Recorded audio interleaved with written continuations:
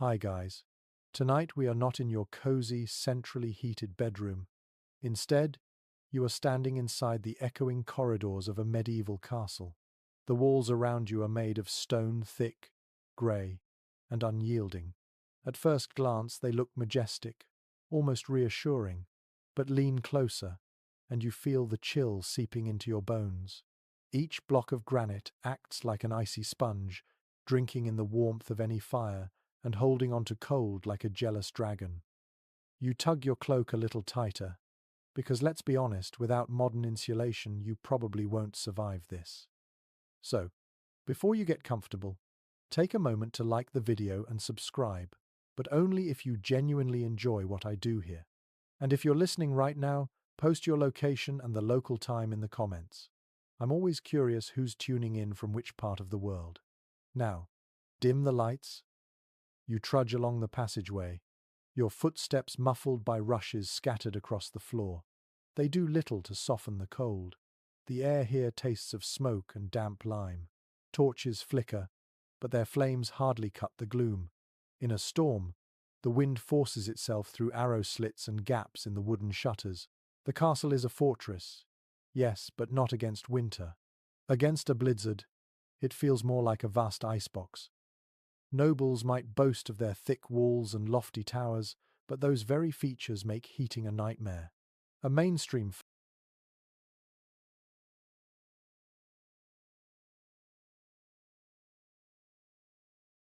fact. The average medieval fireplace could only warm a radius of a few feet, leaving the rest of the hall bitterly cold. And while today we talk about energy efficiency, back then efficiency was measured by how many logs you could spare before the stores ran out. Quirky details emerge too.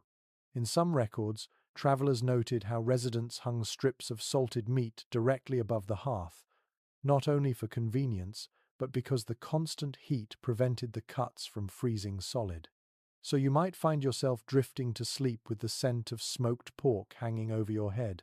Odd, perhaps, but practical. Historians still argue whether castle builders truly underestimated the cold when designing these strongholds, or if they deliberately prioritized military strength over comfort.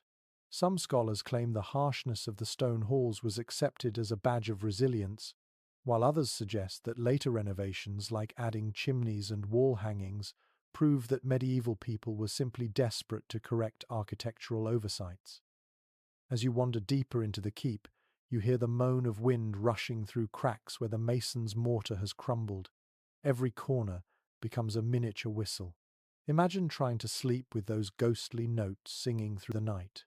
You might roll over, pressing your cloak to your ears, but the music of the storm seeps in regardless. Your breath fogs before your face. At night, without bustling servants and roaring fires, temperatures inside can sink nearly as low as outside. This explains why most people did not drift through hallways after dark.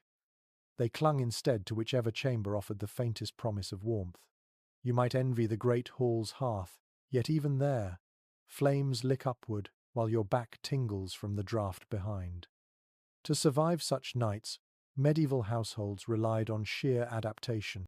You imagine the sound of heavy doors being barred, straw stuffed along thresholds to plug the gaps. Children whimper as their mothers herd them beneath woolen blankets. A guard stomps his boots, shaking snow onto the flagstones before collapsing beside the fire, grateful just to be inside the fortress rather than on the ramparts. Even here in section 1 of our story, you realize survival is not about luxury. It is about layers, numbers, and ingenuity. Stone walls may keep enemies out, but they let the cold in. The night stretches long. The blizzard howls against the towers, and you, wrapped in scratchy fabric and breathing shallow, must convince yourself that morning will eventually come. You step off the draughty stair and push open a heavy oaken door bound in iron. The hinges groan, but inside you find a quieter world, the Lord's solar, the private chamber, set aside for warmth, rest, and something resembling comfort. Compared to the echoing great hall, this room feels smaller, more intimate, and at least by medieval standards luxurious. The walls are still stone, of course, But here they are, plastered and occasionally painted, their chill softened by thick tapestries.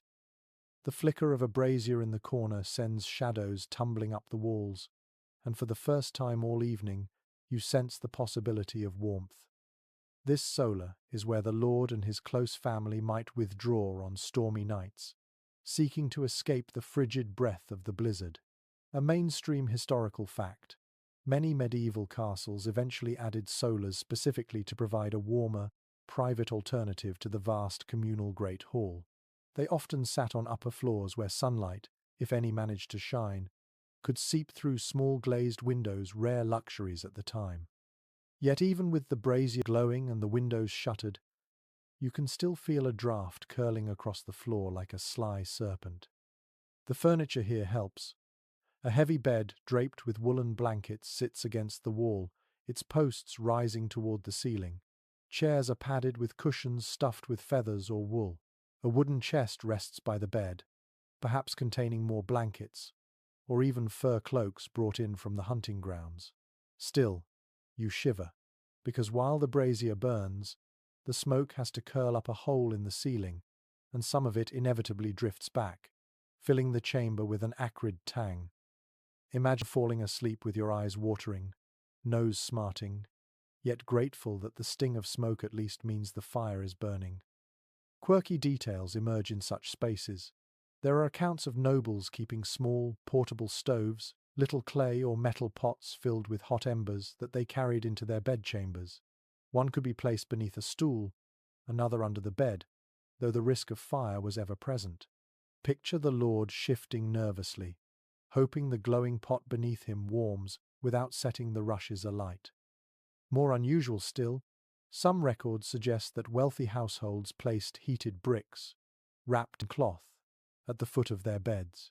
Your toes might sigh with relief, but your imagination stirs uneasily, wondering if the cloth smoulders in the night. Historians still debate how effective these private chambers truly were. Some argue that the solar was a genuine improvement, offering a sanctuary from the worst of the cold, while others believe it was largely symbolic, more about showing status than achieving real warmth. After all, stone is stone, and heat escapes faster than it can be trapped. Was the solar a comfort, or simply the illusion of one? Scholars disagree, but standing here with your teeth chattering, you might lean toward the latter. In the solar, the sensory experience sharpens. The brazier crackles, faintly spitting as damp logs give off steam. The air tastes metallic, tinged with iron from the poker resting in the embers. The rush mat beneath your feet emits a grassy, almost sweet smell, though hints of last week's spilled ale linger. Draperies hang along the wall, embroidered with scenes of hunting stags or charging knights, but they are more than decoration. They serve as insulation, thin shields against the relentless stone. Run your fingers along the fabric and you'll feel the chill trapped behind, as though the wall itself is a sleeping giant breathing frost into the room. You imagine the Lord himself retreating here on a winter's night, slipping off his fur-lined cloak and lowering himself onto the bed. His boots thunk against the floorboards. A servant hurries to pour him a cup of warmed wine, spiced with cloves and honey, for even the wealthiest knew that a hot drink before sleep was a simple balm against the cold. A cat may leap onto the chest by the bed, curling into a circle of fur, while a dog snuffles contentedly at the foot. These companions add heat, but also a sense of companionship where blizzard rattles the shutters like skeletal fingers. The solar represents privilege. Not every castle resident sees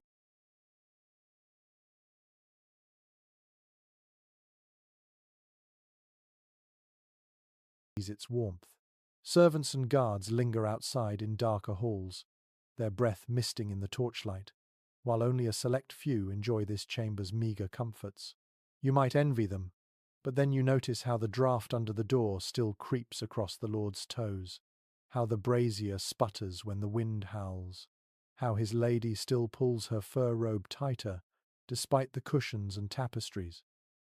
Even the powerful cannot escape the season. One mainstream example from history, at Kenilworth Castle in England, Records describe the solar as a place where the lord's family might dine separately during winter, seeking warmth away from the cavernous hall. Yet even there, fires could not erase the reality of medieval cold. Servants carried steaming dishes across icy floors, hoping the food did not freeze before it reached the table. A quirky footnote comes from a French manuscript describing how some lords hung entire animal pelts on their solar walls: wolf skins, bear hides, even the occasional lynx. Not only did this insulate the chamber, it served as proof of hunting prowess. Imagine drifting to sleep beneath the glassy stare of a wolf hide pinned above your head. Comforting or disquieting? Perhaps both. You wonder, did these solars truly help people survive the blizzards, or did they merely shift the struggle to a smaller arena? Historians still argue whether their construction marked a real architectural evolution or simply a social one. Were they about warmth, or about separation, drawing a line between those who had access to heated chambers and those who shivered elsewhere? The evidence bends both ways, and as you stand in the room, listening to the storm battering the shutters, you cannot help but feel the thinness of the veil between security and hardship. The blizzard outside roars on, snow pelts the narrow window, and the wooden frame shudders. Inside, the brazier flares, momentarily brightening the embroidered figures on the tapestry. You see the stitched deer leap as though alive, the hounds straining at invisible leashes, and then the flame subsides, shadows swallowing them whole. In that ebb of light, the chamber becomes less a sanctuary and more a reminder. Comfort here is fragile, conditional, temporary. You pull your cloak close once more, brushing past the heavy curtains of the bed. They swing slightly, their folds smelling faintly of lanolin and lavender. Within, the air feels trapped, warmer than outside, though still far from cozy. It is a trick of architecture, of fabric and fire, of people's desperate attempts to carve a pocket of warmth from the glacial grip of the castle. As you lower yourself onto the edge of the mattress, the straw beneath the linen rustles softly, and for a fleeting moment, you almost believe you are safe from the blizzard's rage. Almost. You leave the Lord's solar and wander back toward the great hall, where the vast space swallows you up. The fire here, once lively, has begun to sink into glowing embers. Shadows sprawl across the rafters, and the sound of the storm outside is muffled by the sheer thickness of the stone walls. Yet for all its grandeur, the great hall offers little in the way of true comfort.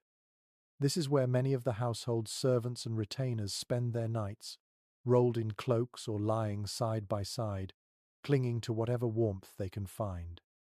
The great hall was the beating heart of castle life, and not only during feasts or ceremonies. Historical records describe how, at night, retainers and lower-ranking servants spread across the floor in rough bedding of straw or rushes. You can picture them curled up near the hearth, jockeying for the best position, while others resigned themselves to draughts creeping through the farthest corners. It was a scene of hierarchy even in sleep. The closer you were to the fire, the higher your standing, or simply the quicker you moved when embers began to fade. One curious practice emerges here. Some households kept a single candle burning throughout the night, not for light but to provide a sense of security and continuity. It wasn't enough to illuminate the hall. Instead, it glowed faintly, like a star in a cavernous sky. Servants would roll over in the night, glimpse that fragile flame, and feel reassured they had not been abandoned to darkness. Imagine lying on your back, eyes heavy, tracing smoke curling toward the beams, soot drifting gently like snow indoors. The question of how tolerable this sleeping arrangement was remains unsettled among scholars. Some argue that human bodies pressed together under shared blankets produced a surprising amount of heat, making the communal hall bearable even during the worst winters.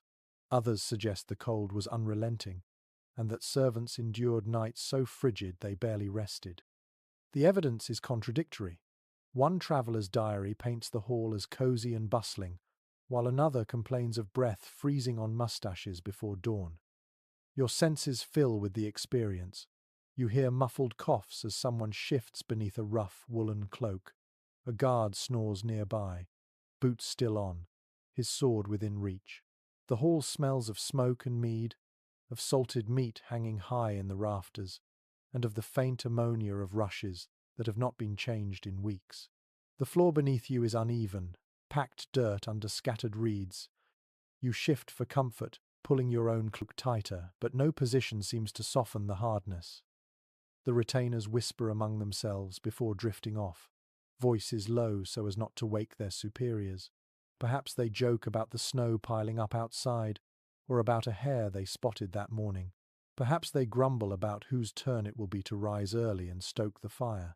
These little exchanges carry warmth of their own, the comfort of routine and companionship in a life full of cold uncertainties.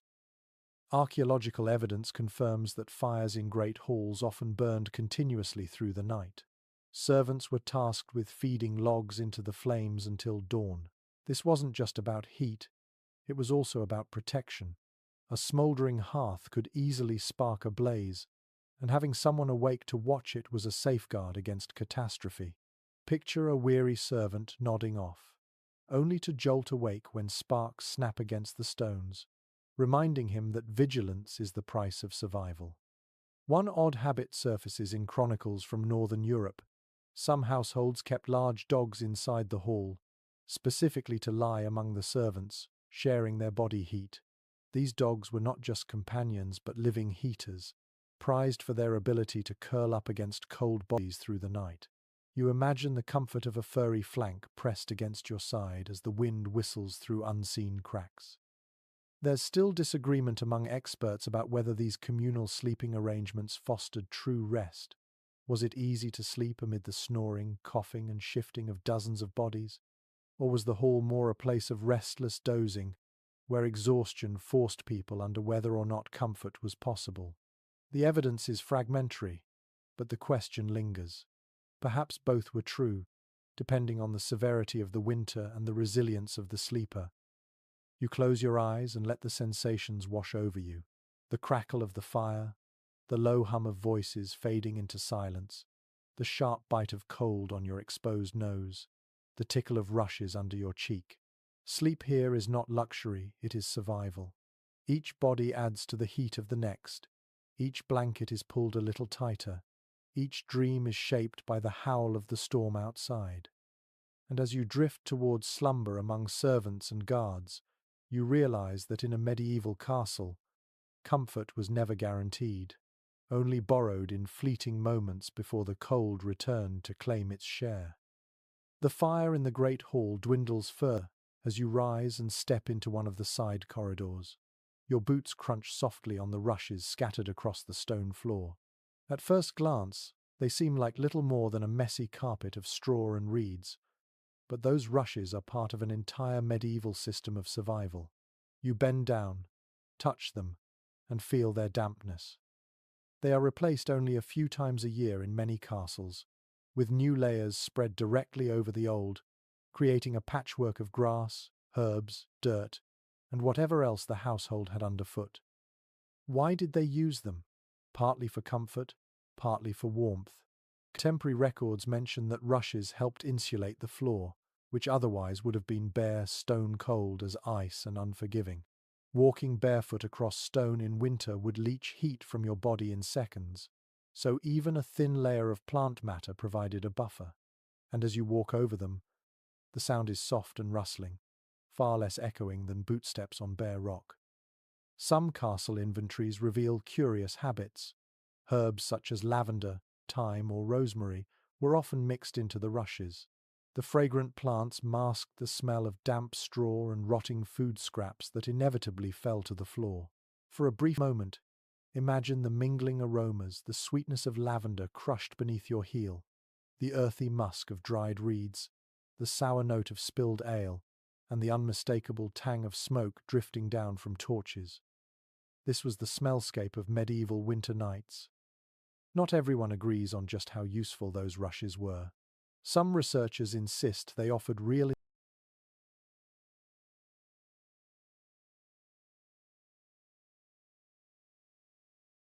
insulation and comfort. while others argue that the constant dampness only made rooms colder and more unhealthy. After all, layers of decomposing rushes harbored insects, mold, and fleas. Did they trap warmth or disease? Evidence points both ways, and the truth may depend on the care of the household. In a well-managed castle, rushes might indeed have been refreshed often and sprinkled with herbs. In a poorer or neglected one, they might have turned into fetid mulch that chilled sleepers more than it protected them. You take a few steps further into the corridor, hearing your boots scuff across the rushes. The sound is gentle, like a whisper, as though the castle itself breathes with each step. A servant darts past you, carrying an armful of fresh reeds, his arms trembling under the load. He will scatter them near the hearth, where people lie close to the fire, giving them at least the illusion of fresh bedding. There is an odd story in a 14th century account of a feast where noble guests complained about the rushes being so thick that their boots sank ankle deep. Apparently, the steward had overdone it, trying to impress with abundance. Guests tripped, servants stumbled, and laughter rang through the hall. It's a small reminder that even practical things could become ridiculous when pride entered the picture. As you picture yourself lying on the rush-strewn floor, you realize how little separates you from the raw earth. There's a faint scent of mildew rising from beneath, where older layers have begun to rot. Your cheek brushes the rough stems, scratching slightly, but it's still better than resting directly on stone that radiates cold. In the silence of the night, those who slept here would have shifted, rolled, pulled cloaks tighter, and prayed their place near the hearth would be enough to fend off frostbite. There's a practical rhythm to it. Servants replaced rushes more frequently in winter, not just for hygiene but because damp reeds conducted cold faster.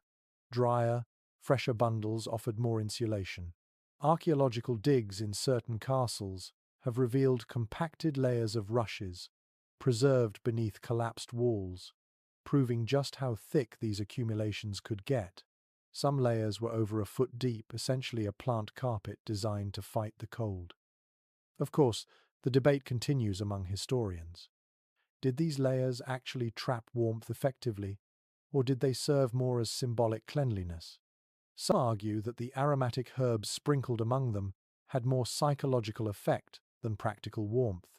Others counter that even a thin natural mat could break the transfer of heat from body to stone, making the difference between tolerable sleep and misery. The answer likely lies somewhere in between. Picture the great hall at its quietest moment. Fires low, bodies curled in rows, dogs sprawled between servants, and everywhere the smell of crushed greenery underfoot. It isn't luxurious, but it is communal. The rushes create a shared ground that both softens and unifies the space. When dawn comes, people rise, shake off the reeds stuck to their cloaks, and scatter toward their duties, leaving the floor looking more like a barn than a lord's chamber. And yet, night after night it served. As you turn to leave the corridor, your hand brushes the wall, cool and damp against your fingers. The rushes rustle one last time under your step. They were never meant to be a perfect solution, only a compromise, part bedding, part insulation, part deodorizer. But in a castle battered by a blizzard, compromises were what kept people alive. The snow may rage against the shutters, the wind may find its way through cracks, but underfoot lies a reminder. Sometimes, survival is about small comforts, like a handful of herbs mixed with straw beneath a weary body. You pause at the edge of the hall and notice the shapes of people bundled under rough coverings. What strikes you next is not the stone walls or the smell of damp rushes, but the sheer variety of fabrics heaped upon them. If there was one essential defense against the bitter breath of a blizzard, it was cloth layer upon layer of wool, linen, fur, and sometimes even silk for the fortunate few. These textiles were not just luxuries, they were lifelines. Wool was king. Contemporary accounts describe it as the most reliable insulator, spun thick and woven into blankets, cloaks, and tunics. Even coarse wool, scratchy against the skin, held warmth far better than anything else available. The castle's storerooms often overflowed with woolen goods, both for household use and for trade. As you pull one across your shoulders, you feel its weight press down, heavy but comforting, the fibers rough, yet oddly reassuring. That sensation of heaviness was part of its magic. To lie beneath wool was to feel anchored against the cold, as if the storm outside had less power over you. Linen, in contrast, was lighter and softer, but it was rarely used alone. People slept between linen sheets when they could, layering wool or fur over them. The combination of textures mattered. Linen wickeded moisture away, keeping sweat from chilling the body, while wool trapped heat. Archaeological finds of medieval bedding often reveal these mixtures: fabrics sewn together, scraps recycled from old garments, every piece pressed into service. Survival meant nothing was wasted. Fur, however, was the crown jewel. Chronicles note how nobles slept beneath fox, bear, or even ermine pelts. Imagine lying down while servants draped such hides over you, the smell of musk and wild forest clinging faintly to them. Fur not only provided insulation, but carried symbolic weight. To sleep under the skin of a predator was to proclaim dominion over nature.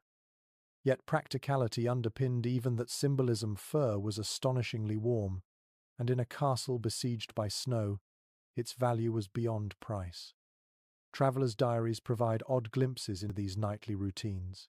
One Italian visitor to England remarked with surprise at how many layers northerners piled onto their beds, joking that it was like sleeping beneath an entire herd of sheep. To him, the sight seemed almost comical, but to those living through northern winters, it was a matter of survival. You can picture yourself lying flat, hardly able to move under the weight of the blankets, but grateful that the immobility at least meant warmth. There's still debate among historians about how widely furs were used by ordinary castle folk. Some suggest that only the wealthy could afford them, while others argue that rabbit and sheepskin were common enough to appear in servants' quarters. The evidence is fragmentary, but it hints at a spectrum: rare pelts for lords, everyday skins for retainers, and scratchy wool for everyone else. The lines blur when inventories list skins without specifying their type. Were they luxury items or humble scraps? The uncertainty lingers. You shift your weight, imagining the feel of layered garments against your skin. Medieval sleepers often wore clothing to bed, unlike our modern custom of undressing for the night. A long tunic, thick stockings, and even a hooded coif might accompany someone under the covers. The logic was simple. Why surrender any warmth your clothes had gathered during the day? To peel them off would be to invite frost onto bare flesh.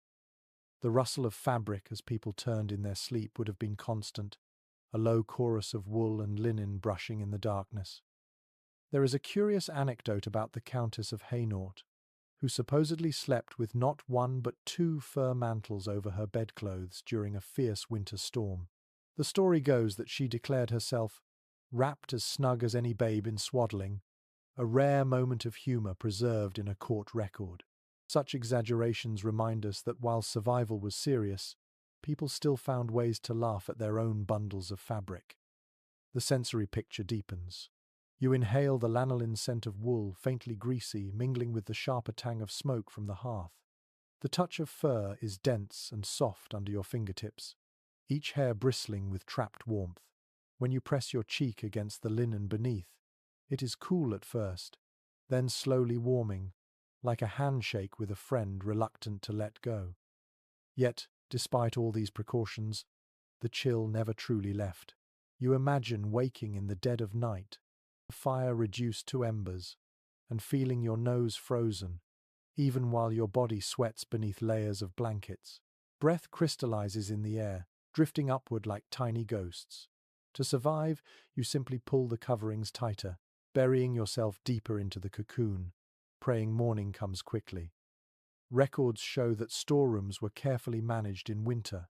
Stewards tallied the number of blankets and furs, ensuring they were allocated where most needed. In some households, extra coverings were lent to favoured retainers during the coldest spells. In others, they were hoarded, locked in chests, used only when noble guests arrived. The politics of fabric shaped who slept warmly and who shivered through the storm. One peculiar tradition noted in Scandinavia was the use of reindeer hides spread hair side up as bed covers. Their hollow hairs trapped heat so efficiently that even in the fiercest snowstorms, sleepers remained insulated. Travelers marveled at this practice, sometimes adopting it temporarily before returning home to their less exotic sheepskins. It's an image that lingers. The wind shrieking outside, the castle rattling in its foundations, and you lying snug beneath the hide of a creature built by nature to endure exactly such trials. Modern historians continue to question just how much warmth all these layers could realistically provide. Could wool and fur truly stand against temperatures that froze water barrels solid inside castle kitchens? Some argue yes, pointing to the insulating power of natural fibers. Others doubt, suggesting that even with the best bedding, sleep was often shallow, broken by shivers, and the need to huddle closer to companions. The truth, as always, likely lies in a mixture moments of comfort, punctuated by hours of discomfort, endurance stitched together by fabric. As you close your eyes, the blizzard still howls against the shutters, but within your cocoon of wool and fur, there is a fragile peace. Your limbs grow heavy, your breath steadies, and for a brief while, you almost forget the storm. The castle remains cold, the stone unyielding, but cloth humble, practical, endlessly layered, has given you the one thing you need most in winter, a fighting chance at sleep. You step quietly toward a corner of the chamber and notice a bed, unlike the low pallets or heaps of straw that most castle residents endured. Here stands the canopy bed, 4 stout posts rising upward, draped with thick curtains that enclose the sleeper like a fabric fortress within a stone one. The design is practical as much as it is imposing. Inside, with the curtains drawn, warmth is trapped, body heat multiplies, and the howling of the blizzard outside is softened to a dull murmur. You draw a curtain aside and peer within. It feels like stepping into a smaller, more intimate world. Contemporary accounts make it clear that these enclosed beds were prized among the wealthy. They symbolize status, yes, but also ingenuity. The heavy curtains were not just for decoration, they created a microclimate in which temperatures could remain several degrees higher than the rest of the room. In a castle where stone walls sucked heat like sponges, those few degrees could mean the difference between sleep and shivering wakefulness. The wooden frame itself, often carved with intricate designs, acted as both support and a subtle psychological comfort, marking a boundary between you and the drafty void beyond. Imagine yourself lying down inside such a bed.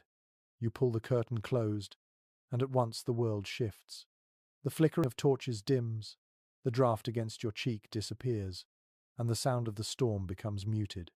The air inside is warmer, tinged with the scent of wool, fur, and faint lavender sachets tucked among the linens. Outside, the fire may dwindle, servants may snore on rushes, but you, tucked within your curtained cocoon, feel as though you've been transported to a safer place. One curious custom emerges in the records. Some households embroidered prayers or protective charms onto the inner lining of the bed curtains. These were not just symbols of piety, they were talismans against both the physical cold and the spiritual fears of the night.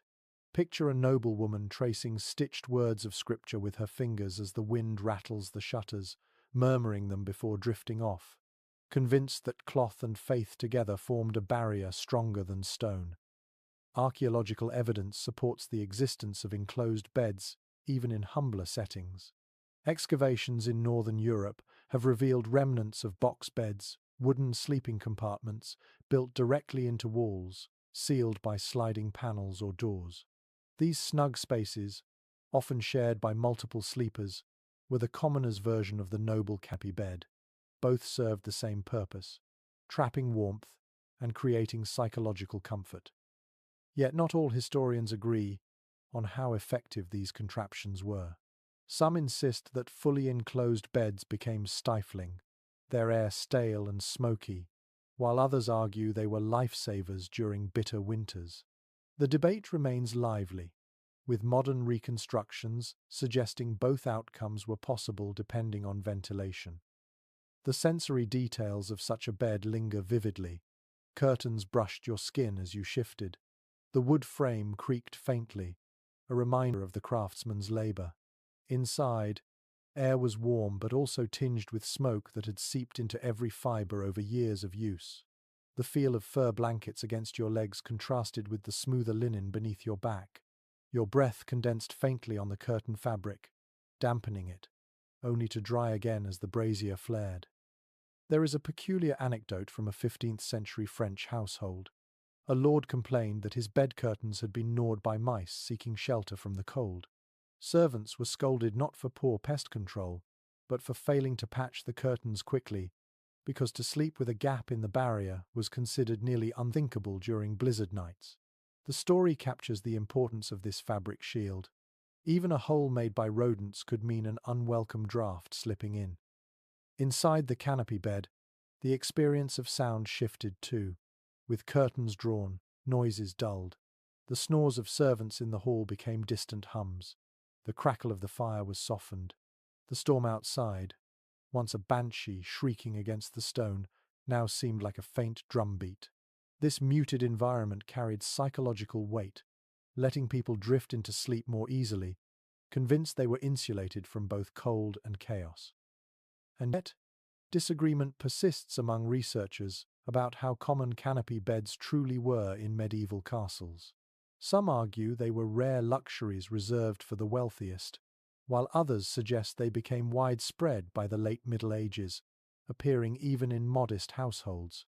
Inventories show frequent mentions of bedsteads with hangings, but whether these were true canopies or simpler draped cloths remains open to interpretation. The evidence is tantalizing but incomplete, leaving room for ongoing discussion. You picture the household at night. In the great hall, retainers cluster near the hearth, huddling together beneath coarse wool. Children curl beside their parents in shared pallets. But in the solar, the lord and lady slip behind heavy curtains, sealing themselves into a cocoon of warmth and privacy. The symbolism is unmistakable. Here lies the boundary of class, marked not by gold or jewels, but by a bed with curtains thick enough to block winter's breath. There is an odd cultural note, too. In some regions, closing the bed curtains became a ritual, almost theatrical. Servants would draw them shut with ceremony, ensuring no gap remained, as though they were sealing their lord inside a protective womb. Some households even hung bells or charms on the curtain ties, so that if someone tried to intrude during the night, the disturbance would rattle a warning. Safety and warmth mingled in one enclosed space. You pull the curtain closed once more and sit within the dimness. The storm still rages outside the castle walls, snow piling against battlements, winds shrieking through arrow slits. But here, in the womb-like enclosure of the canopy bed, the cold is held at bay. Your limbs relax, your eyelids grow heavy, and for a brief while you forget the stone chill of the hall beyond. This was the promise of the canopy, not total warmth, but the illusion of security, a fragile sanctuary crafted from wood, fabric, and hope. The curtain of the canopy bed falls softly behind you as you step away, and once more you are reminded of the great contrast between nobles and the many others who filled the castle at night. Not everyone had a bed with carved posts and woolen hangings. For most, survival during a blizzard was about sharing. Bodies became blankets, and companionship became insulation. To sleep alone was to invite the cold to creep into your bones, but to sleep together was to borrow warmth from one another.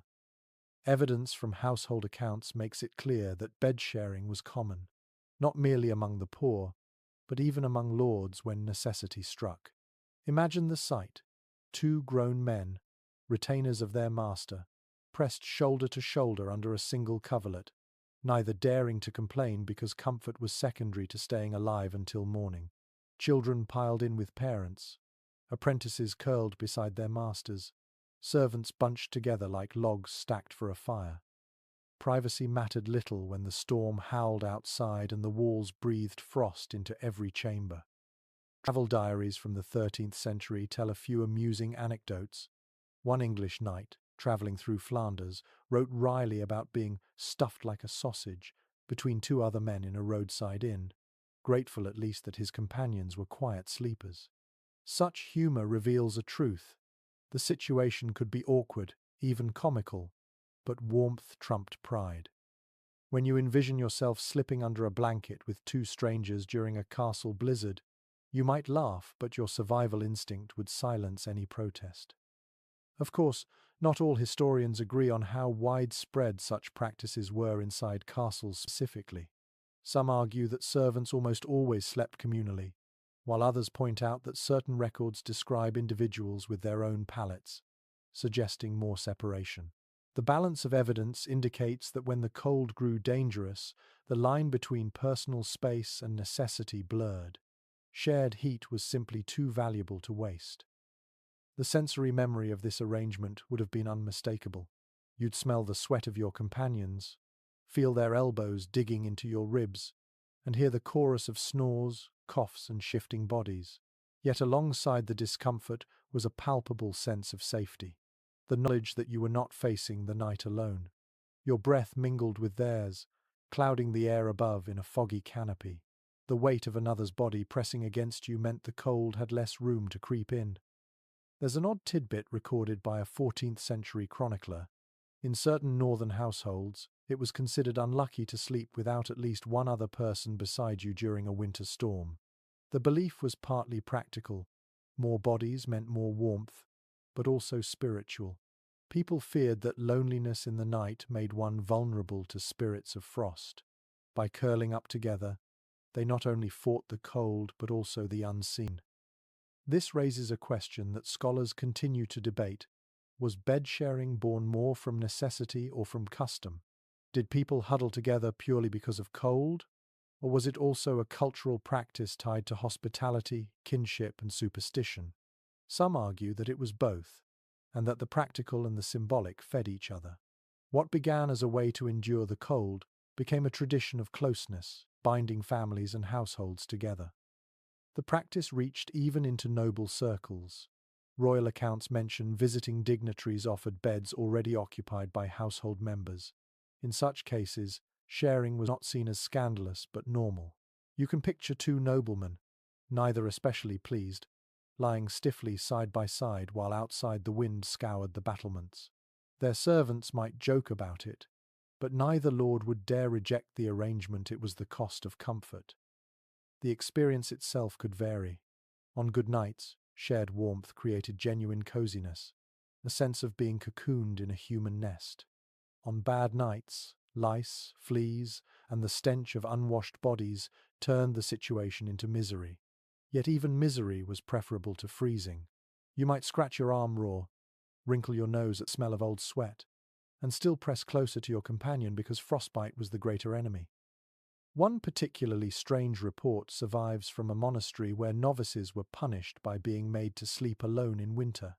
The implication is clear. Isolation was discomfort enough to serve as discipline. The fact that such a punishment existed tells us how ingrained communal sleeping was, not just for monks but for medieval people in general. The fear of solitary cold was sharper than most chastisements. You imagine the hall again, rows of bodies huddled together, cloaks piled, dogs curled in between, the embers of the fire painting them all in a faint glow. A child stirs and burrows deeper against her mother's side. Two men grumble as they roll over, bumping shoulders but saying nothing. The castle's stones moan with the wind, but within that human bundle there is warmth, imperfect but real. The lesson becomes clear. Survival was communal.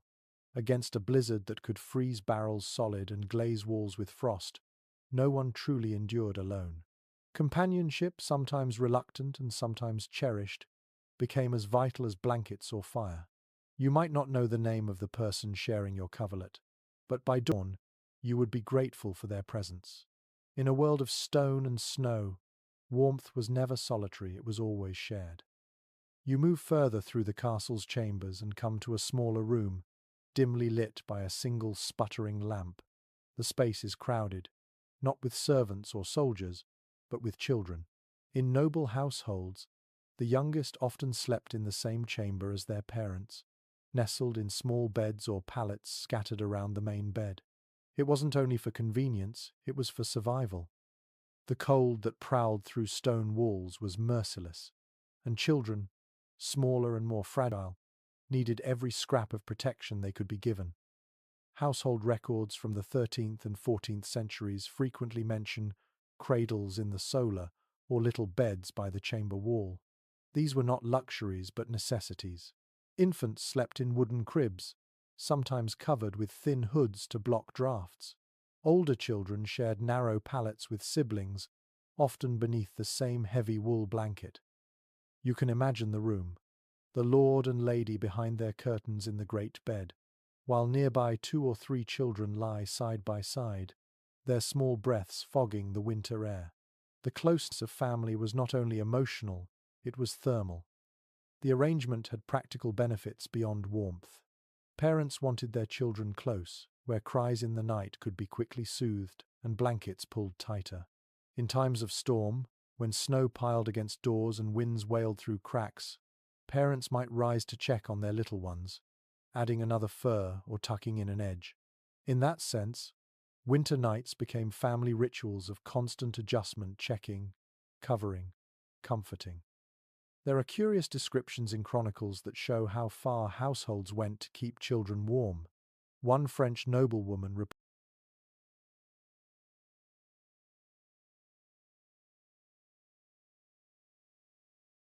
reportedly lined her children's cradles with sheepskin, fur side inward, believing it guarded against both chill and evil spirits.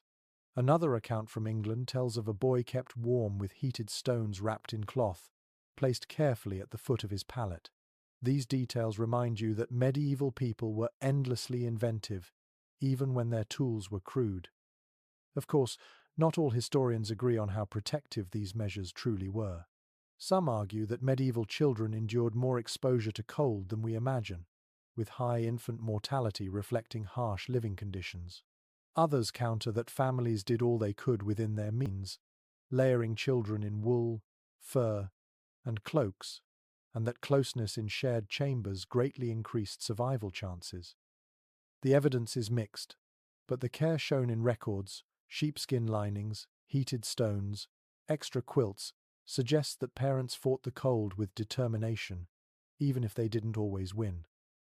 The sensory reality of such a night is easy to picture.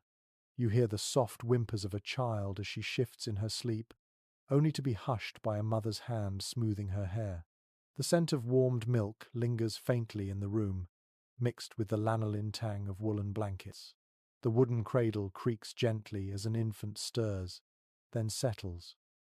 You feel the air warmer here, not because the walls are any less cold, but because the press of bodies, parents, children, servants bustling in and out creates a microclimate of its own. One strange belief surfaces in German folklore. Some families placed iron nails or scissors under a child's cradle during a snowstorm, convinced that iron repelled spirits of frost that might otherwise steal a baby's warmth. Whether or not such spirits were real, the symbolism reinforced the urgency of protecting children against the unseen dangers of winter nights. And there are disputes among scholars, too, about whether children of servants or retainers ever shared noble chambers in times of blizzard. Some suggest that in the coldest spells, even class barriers softened, and the Lord might allow more people into the solar simply because everybody meant more warmth. Others doubt this, pointing out that social divisions were too strict. The truth is hard to pin down, but you can imagine desperate nights when even pride bent before the storm. What strikes you most in this chamber is the blend of vulnerability and resilience. Children, bundled tightly in rough blankets, whispered lullabies murmured by weary mothers, fathers pacing slowly with infants in arms, all these scenes formed part of castle life in winter. The walls may have been thick, the fires bright, but survival depended not just on stone and flame, but on the quiet determination to keep the youngest safe. Imagine lying here yourself, on a pallet beside your siblings, You feel your sister's cold toes press against your leg, your brother's elbow dig into your ribs, and though you might grumble, you don't pull away. Instead, you inch closer, because each inch matters in the cold. You drift into sleep listening to your parents' murmurs, the storm outside muffled by fur and fabric, and the steady comfort of being together. In the end, the children's chamber is a reminder. Warmth was not measured only in fires and blankets, but in proximity. Families pressed close, watching over one another, determined to see the morning through the longest nights. The castle's blizzard night presses on, and you find yourself following the faint glow of torchlight toward a cluster of sleeping figures. Their forms are almost indistinguishable under the heaps of cloth and furs, but as you step closer, you notice details. The long nightshirts, the woolen hose pulled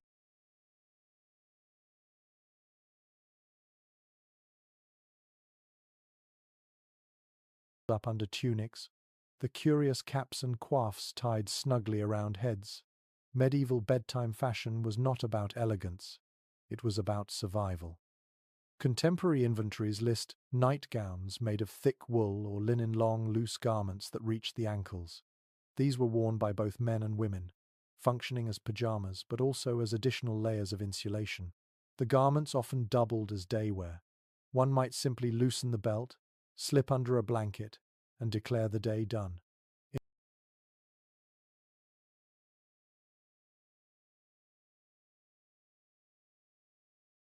In a world without central heating, every scrap of cloth was too precious to waste. You might sleep in the very shirt you wore while tending fires, and wake to wear it again. Head coverings were especially important. Heat escapes rapidly from an uncovered scalp, and medieval people knew it intuitively. That is why so many images in manuscripts depict sleepers wearing caps or coifs. Imagine tugging a woolen hood down over your ears, feeling its scratchy fibers tickle your cheek. The discomfort mattered little when compared to the pain of a cold wind sneaking across your bare skin. Children were often bundled with caps tied under their chins, making them resemble little bundled parcels, safe against the night. There's a curious note from a 14th century wardrobe account, mentioning bed slippers, soft shoes reserved for wearing indoors, even under covers. The idea was simple: keep toes warm, keep the body alive. Today it may sound odd to climb into bed with shoes on, but in a castle's icy chambers, it was practical. Toes left unprotected risked frostbite, even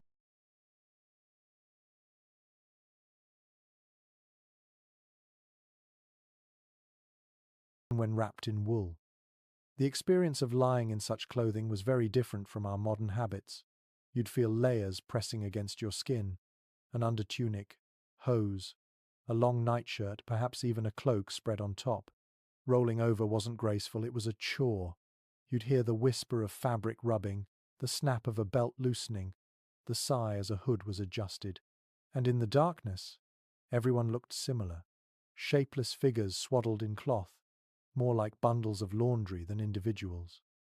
Some researchers insist that medieval people never thought of night clothes the way we do.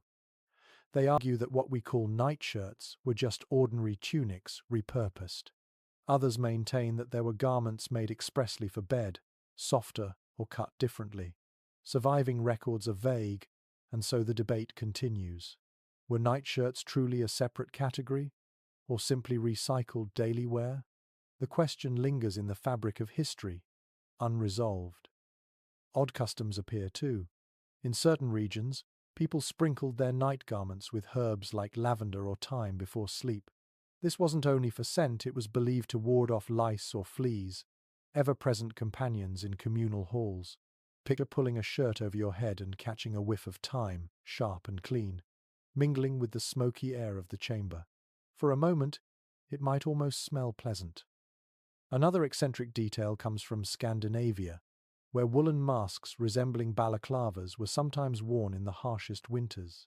These covered most of the face, leaving only the eyes and mouth exposed. Imagine the surreal sight of sleepers arranged like rows of masked figures, more suited for raiding a fortress than dreaming inside one. Yet these masks meant survival.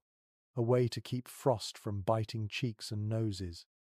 The sensory immersion is powerful here. You feel the weight of cloth around you, layered until you almost lose sense of your own skin. The air smells faintly of sheep's wool, of sweat trapped in fibers, of herbs crushed between seams. When you breathe, your hood dampens with condensation, then dries again. The scratch against your jaw is constant, irritating, but you know that removing it would invite the cold to steal your warmth. Accounts from noble households sometimes mention the extravagance of fur-lined nightclothes. Ermine and sable linings made garments soft and luxurious, while also dramatically increasing insulation. But such comforts were rare. For most, survival meant scratchy wool, patched linen, and re-stitched seams. A noble might dream wrapped in ermine, but a servant was lucky to have a second blanket and a cap without holes. Scholars remain divided on whether people undressed fully in warmer months or always slept clothed year-round. Some point to depictions of nude sleepers in medieval art as proof that clothing was seasonal. Others counter that these images were symbolic, representing innocence or vulnerability rather than daily life. The truth may lie in regional differences. Southern climates perhaps allowed lighter attire, while in northern castles, undressing was unthinkable when snow pressed against the shutters. What unites all these details is the sheer practicality. In a world where your very breath frosted before you, fashion at bedtime was stripped of vanity. The goal was simple: trap heat, cover skin, block drafts. You might laugh today at the idea of a grown man in a long nightshirt and pointed cap, but if you stood in his chamber during a blizzard, you'd reach for the same garments without hesitation. Imagine settling down now. You pull your nightshirt tight, tug the cap over your ears, wiggle your toes inside soft slippers, and curl beneath woolen blankets. The storm rattles the windows, but within your cocoon of cloth, you feel defended. Not comfortable, not luxurious, but defended against the endless cold that seeps into every stone. You leave behind the bundled sleepers in their long nightshirts and follow the scent of smoke toward another chamber. Here, a small group of servants fuss around curious contraptions, metal pans with long handles, clay pots, and heated stones wrapped in cloth. These are the bed warmers, improvised tools for chasing the frost out of bedding before anyone dares to lie down. The very sight of them reveals just how desperate people were to fight the blizzard's chill within a castle's walls. Contemporary records describe these warming devices in detail. The most common were metal pans, often brass or copper, filled with glowing coals from the hearth. A servant would slide the pan between layers of sheets, moving it back and forth to drive away the worst of the cold. You can imagine the hiss as embers touched damp fabric, the faint smoke that clung to blankets afterward. The bed, once icy, became at least tolerable. The danger, of course, was fire. More than one bed was lost to an ember left too long. Clay or soapstone pots provided another solution. Heated in the fireplace, then wrapped in cloth, they were slipped beneath the covers or placed at the foot of the bed. The warmth radiated slowly, fading only after several hours. Archaeological finds of these pots across Europe confirm their widespread use. Run your hand across the surface of one, and you'd feel the residual heat, the faint smell of ash lingering on your skin. It wasn't modern comfort, but it was ingenious. One rather amusing account comes from a 15th century household where a servant was chastised for placing a pan of coals too close to the Lord's feet. The poor man yelped in the night, convinced the devil himself had reached under his blankets. Afterward, stricter rules were set. The pan must be kept in constant motion and removed before any sleeper settled in.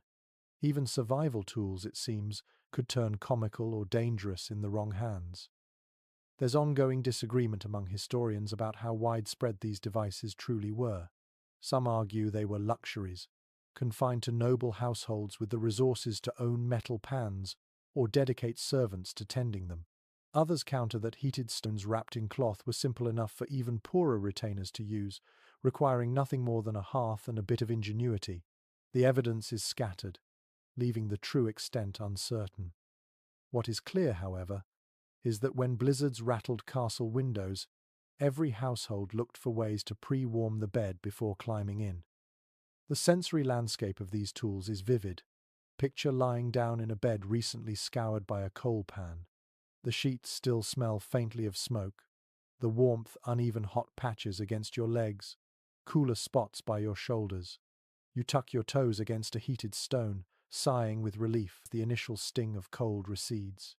Yet the warmth fades quickly, and before long you find yourself curling tighter, wishing for just one more stone, one more ember.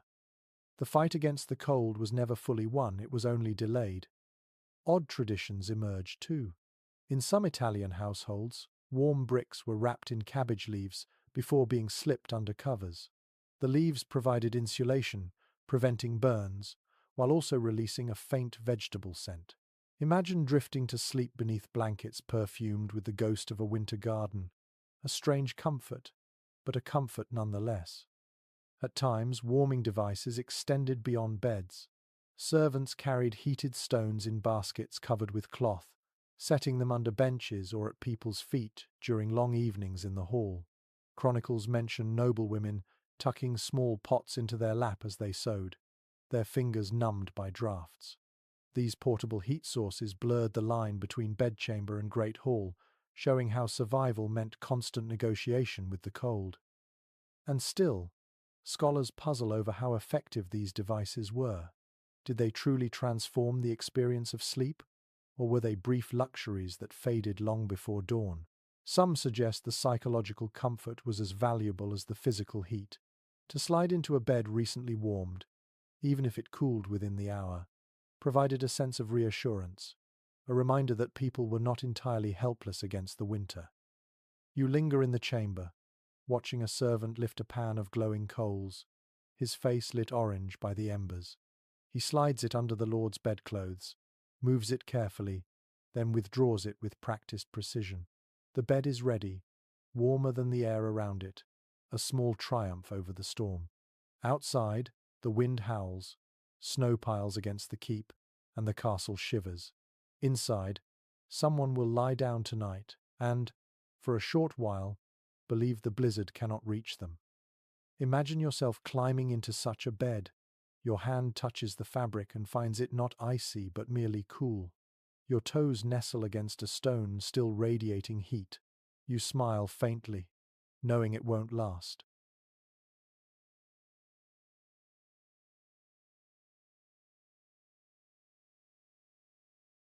But grateful nonetheless. The blizzard rages, the castle moans, yet for this moment you feel almost at peace, lulled by warmth stolen from the hearth and carried into your dreams. The chamber smells faintly of smoke and wool, but as you drift closer to the hearth, another aroma joins the air, malty, yeasty, almost sweet. Someone is passing around a pitcher, filling wooden cups with warm ale. In the middle of a blizzard, with frost snaking down the walls and breath turning white in the torchlight, this humble drink is not simply indulgence. It is another weapon in the endless war against the cold. Chroniclers of the Middle Ages describe how ale or wine, sometimes mulled with spices, was often taken before bed during the harshest months. The warmth of the liquid provided an immediate comfort, spreading through the body like a brief summer Sunday. Alcohol dulled the edge of fear as winds roared against the battlements, and it soothed nerves frayed by hours of shivering.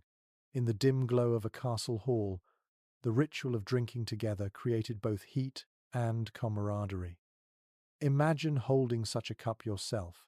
The wood is rough against your palms, but the liquid inside steams gently. You sip, and the first taste is bitter, followed by a mellow sweetness. The warmth pools in your belly, radiating outward.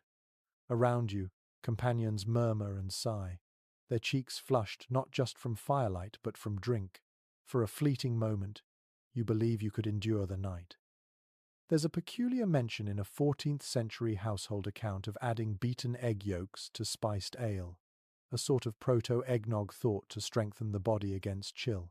The mixture must have been thick, almost custard-like, heavy on the tongue, odd perhaps to modern tastes, but in a castle battered by snow, you'd hardly complain.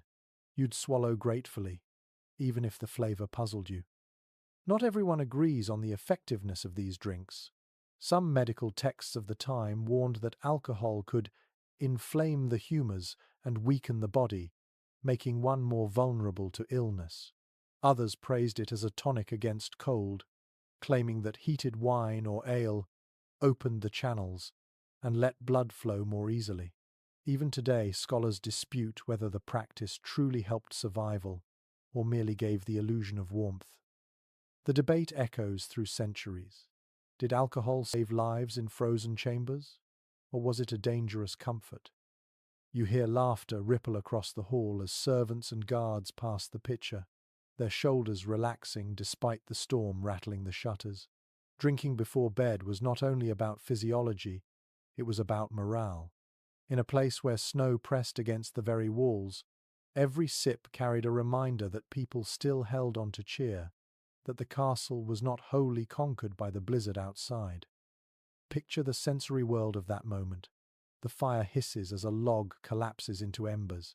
The bitter tang of ale clings to your lips, its warmth mingling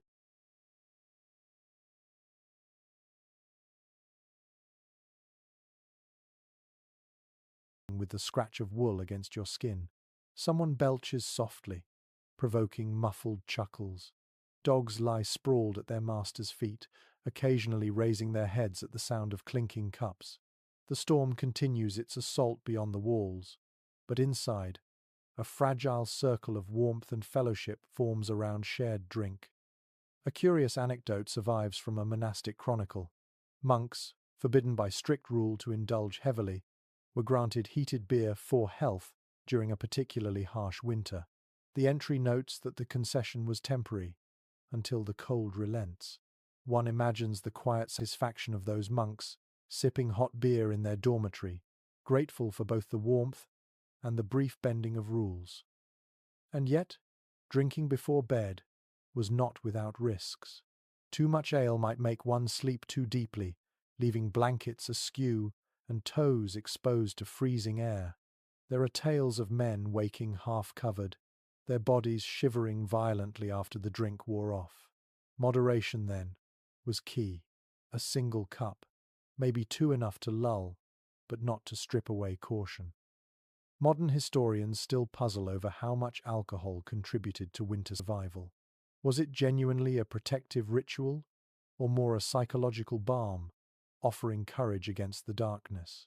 Perhaps it was both. What is certain is that people clung to the practice for centuries, enough that references to warmed ale or spiced wine appear again and again in medieval writings. Imagine finishing your cup now. You lick the last sweetness from the rim, hand the vessel back, and curl beneath your blankets. Your stomach feels full, your body drowsy, your mind a little lighter. Outside, the blizzard screams, but inside you drift towards sleep with warmth in your belly and the faint taste of spice on your tongue. For tonight, you have claimed one more victory against the cold. The hall quiets as cups are set aside and snores begin to echo, but you notice one more trick used to hold the cold at bay. Food. A full stomach generates warmth, and in a castle battered by a blizzard, the leftovers from winter feasts often became as important as blankets or fires. The night after a feast, when the hearth is banked and the winds rage, people curl into sleep with bellies still heavy, and that heaviness itself is a form of protection. Contemporary chronicles remind us that medieval winters were punctuated by celebrations: Christmas, Epiphany, Candlemas, occasions when households gorged on roasted meats, bread, and ale. Even when storms howled outside, kitchens remained busy, boiling stews thick enough to keep all but the harshest hunger away. Eating well before bed meant more than satisfaction. It meant insulation. You can imagine lying down after such a meal, the warmth of roasted mutton still radiating from your core, fighting off the icy air that seeped through cracks in the walls. The practicality of this habit is underscored by medical texts of the time. Writers claimed that food heated the stomach and the humors, protecting against the dangers of winter nights. Whether scientifically accurate or not, the belief guided behavior.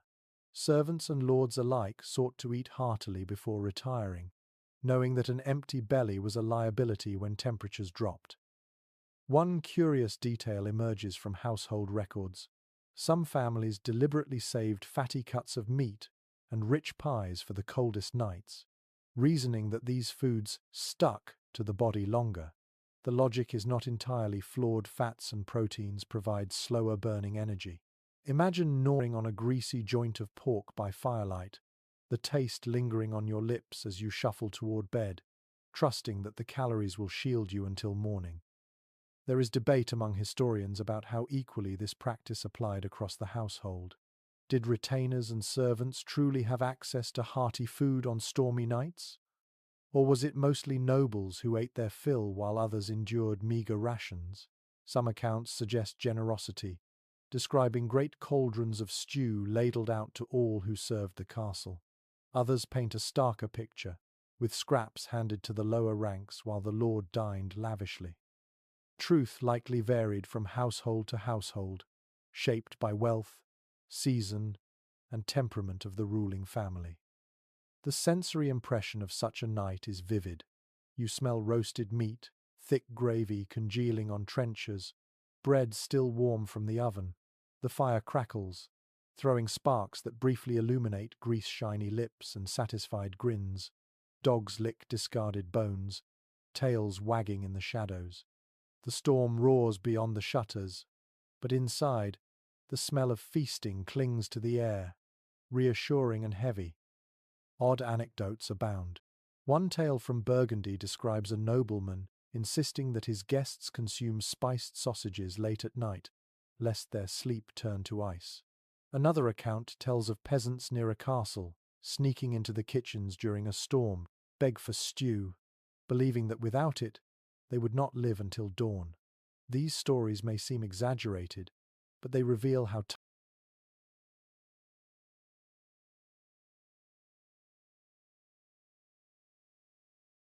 tightly food and survival were bound in the medieval imagination.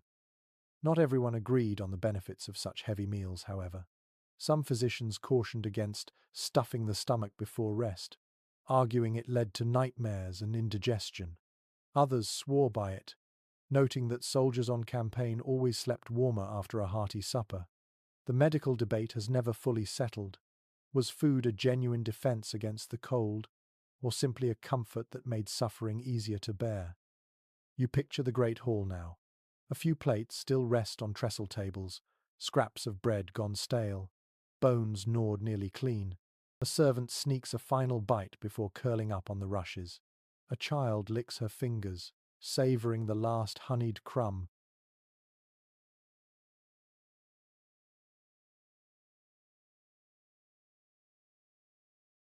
before pulling a blanket around her shoulders. The castle settles into silence, but beneath every cloak and quilt is the memory of supper, a warmth that lingers invisibly as bodies drift into slumber. For you, the feeling is unmistakable. You lie down with your belly full, breath slower, limbs heavier. The storm still howls. The stone walls still leak frost. But inside you there is a glow, a stubborn ember of warmth fed by the feast. It may not last the whole night, but for now, it keeps the blizzard's claws at bay. The fire in the hall smoulders low, and most bodies are already bundled into uneasy sleep. But as you shift, rolling onto your side, you feel something warm press against your legs. At first you think it's another servant seeking heat. Then you hear the soft sigh of a muzzle, the faint scratch of claws on rushes. It is no person at all, it is a dog. In the medieval castle, dogs were more than hunters or guards. They were bedfellows, loyal heaters that turned icy nights into something survivable. Household accounts and tapestries frequently depict dogs lying near their master's feet. They appear in both noble and peasant contexts, curling up wherever warmth could be found. The logic was simple. A living creature radiates heat, and to let it go to waste would have been foolish. You can imagine the comfort of a thick-coated mastiff pressing its bulk against your shins, or a smaller spaniel burrowing under your cloak as snowflakes rattled at the shutters. There's a curious entry in a 15th century court record that mentions a quarrel between two servants over who would sleep nearest the Lord's hounds during a winter storm. The dispute became so heated that it required intervention from the steward.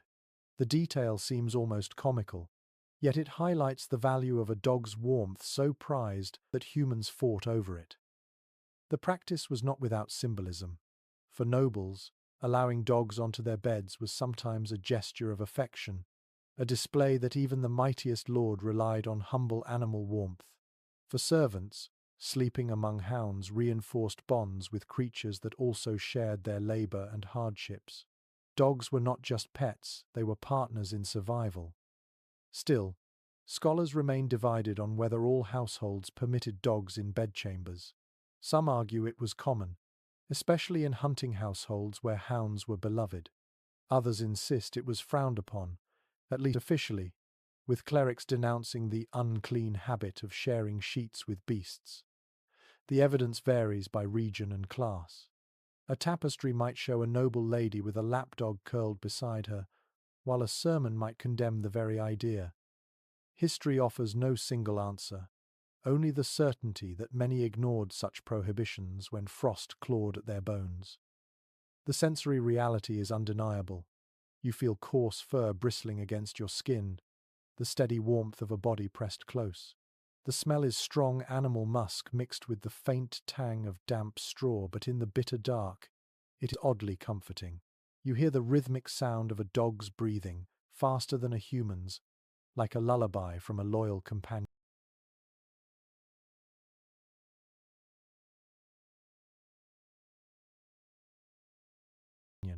Occasionally the dog twitches in its sleep, chasing dream prey, and the movement jostles you, but you don't mind. Better a restless dog beside you than the numbing chill of empty space. One peculiar tidbit comes from northern England, where smaller breeds were sometimes nicknamed comfort dogs because of their role in warming beds. Some households even bred them deliberately for this purpose, keeping them in the solar during the worst nights. Imagine a row of lapdogs scurrying under curtains, each choosing a pair of cold feet to warm. It's a scene both amusing and practical. There are also tales of danger. In one German castle, a panicked dog reportedly leapt onto the hearth during a storm, scattering embers and nearly setting bedding aflame. Servants scrambled to stomp out sparks while the hound whined. Afterward, the steward banned dogs from sleeping too near the fire, but not from sleeping near people. That line could not be drawn so easily, because the warmth they offered was irreplaceable. The debate among historians lingers. Were dogs primarily companions, or were they regarded more as living tools? Perhaps they were both. A noble might stroke a lapdog tenderly as it nestled beside her, while a servant simply thanked fortune for the body heat. Yet across classes, the presence of dogs in sleeping quarters is attested again and again, suggesting that practicality trumped scruples when blizzards struck. You close your eyes and lean into the sensation. The storm still claws at the shutters, the fire crackles faintly, but beside you, the dog radiates steady heat. You can feel its ribs rise and fall. Its tail thumps once in a dream. The companionship is wordless, primal. Two species sharing warmth against a hostile night, bound not by duty but by necessity. By dawn, when frost glazes the rushes and the fire is ash, you will wake still pressed against that loyal shape. And though the storm outside may not yet have relented, you will have endured because survival in a medieval castle was never just about stone walls or roaring fires. Sometimes, it was about the quiet gift of a dog asleep at your side. You wander further through the castle corridors, and your fingers brush against the walls. They are damp, icy, and unyielding. Even with fires burning in nearby hearths, the stone radiates cold like a giant frozen slab. But then you notice something different in one of the chambers. Tall, rich-coloured hangings stretching from floor to ceiling. They ripple faintly in the draught, their woven figures dancing in the firelight. These are the tapestries, and in a medieval castle, they were more than decoration. They were armour against the cold. Written accounts from noble estates confirm their practical role. Tapestries, thickly woven from wool, sometimes lined with linen, helped insulate walls that otherwise leached warmth from every chamber. The difference was striking. A bare wall might drip with condensation and frost in midwinter, but a wall draped with a tapestry held at least a little warmth. Imagine lying in bed beside a cold wall versus one softened by fabric. The former steals your body heat in minutes, the latter gives you a chance at rest. Yet these hangings were not only functional, they were status symbols, parading scenes of hunts, battles, and legends across otherwise barren walls.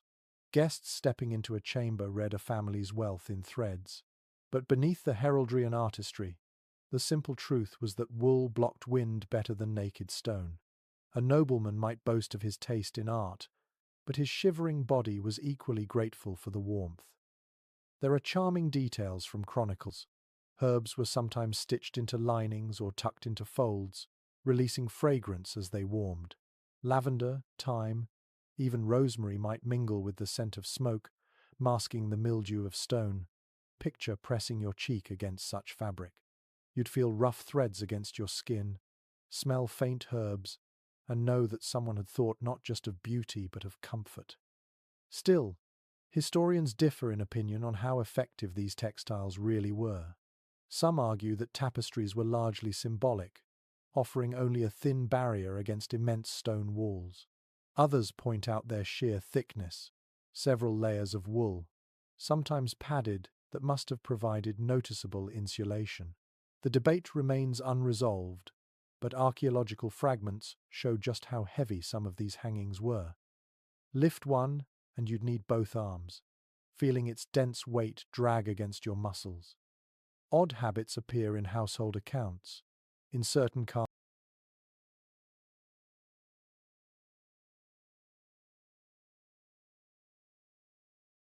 castles, hangings were rotated seasonally, lighter linens in summer, heavy woolen or velvet tapestries in winter. Some households even hung animal hides behind the fabric, creating double insulation. You can almost hear the muffled sounds inside such a chamber, the way voices grew softer because the fabric absorbed echoes. It must have felt like entering a cocoon, the storm outside reduced to a distant moan. A particularly curious anecdote tells of a Scottish lord who supposedly ordered tapestries sewn together to create a temporary tent within his hall during a blizzard. Servants and family slept inside this fabric fort, its layers of wool trapping body heat. It may sound improvised, but in a night of deadly cold, the difference between bare stone and woven wool could be the difference between life and death. The sensory experience of a tapestry-lined chamber is striking. The fabric shifts with drafts, brushing your sleeve. The firelight plays across woven huntsmen, making them seem to leap and chase. The smell of lanolin clings to the threads, faintly oily, mingling with herbs and smoke. When you lean close, you see uneven stitches, tiny imperfections that reveal the hands of weavers. These imperfections remind you that beneath all the grandeur, these hangings were handmade shields against winter. There is also disagreement among scholars about accessibility. Did only nobles benefit from such hangings, or did servants sometimes sleep in these decorated chambers during storms? Some suggest strict hierarchies prevented this, keeping warmth for the privileged. Others argue that in dire nights, practicality overrode. Formality, empty tapestry-lined rooms were filled with bodies desperate for warmth. The records don't settle the matter, leaving us to imagine both possibilities. Picture yourself now, sitting in a chamber whose walls are swaddled in wool. The storm rattles the shutters, snow pelts the towers, but inside, the sound is softened, dulled by fabric. The cold still lingers, but not with the same bite.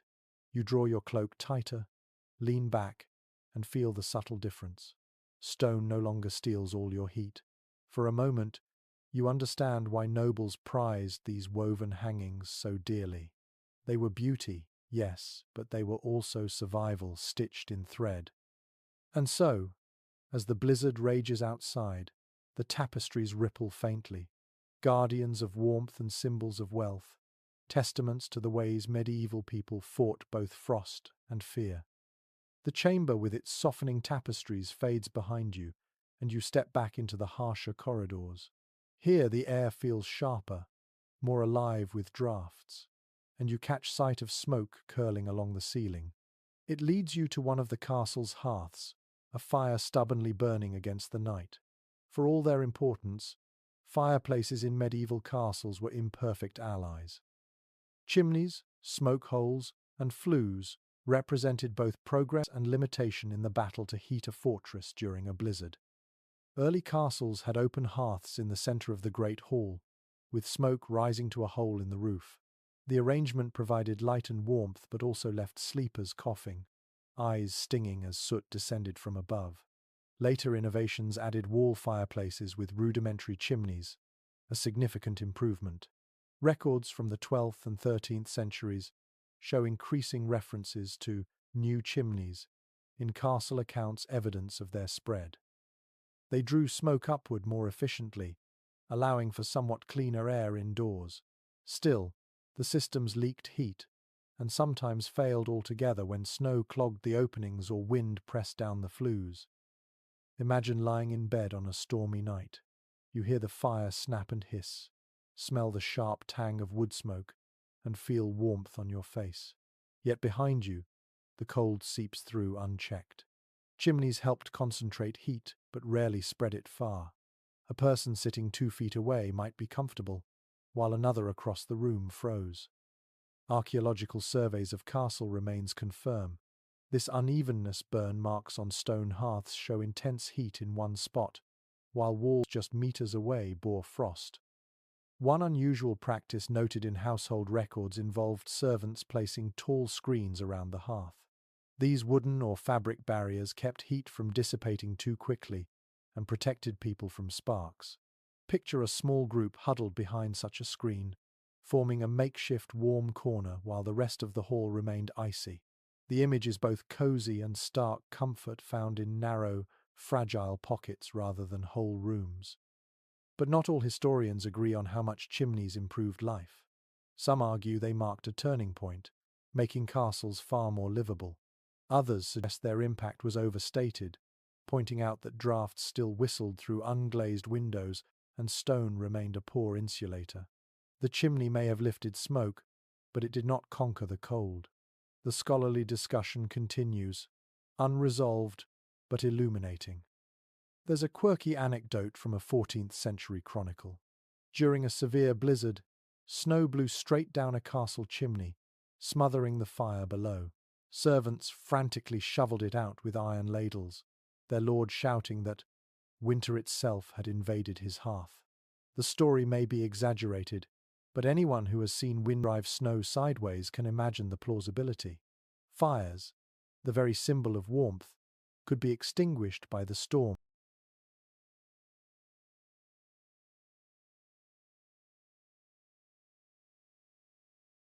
they were meant to resist. The sensory experience of such a night is unforgettable. Your face flushes from the fire,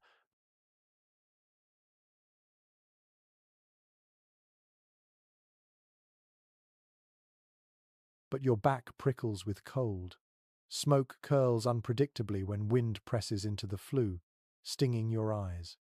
Sparks leap, popping against stone. You taste ash on your tongue.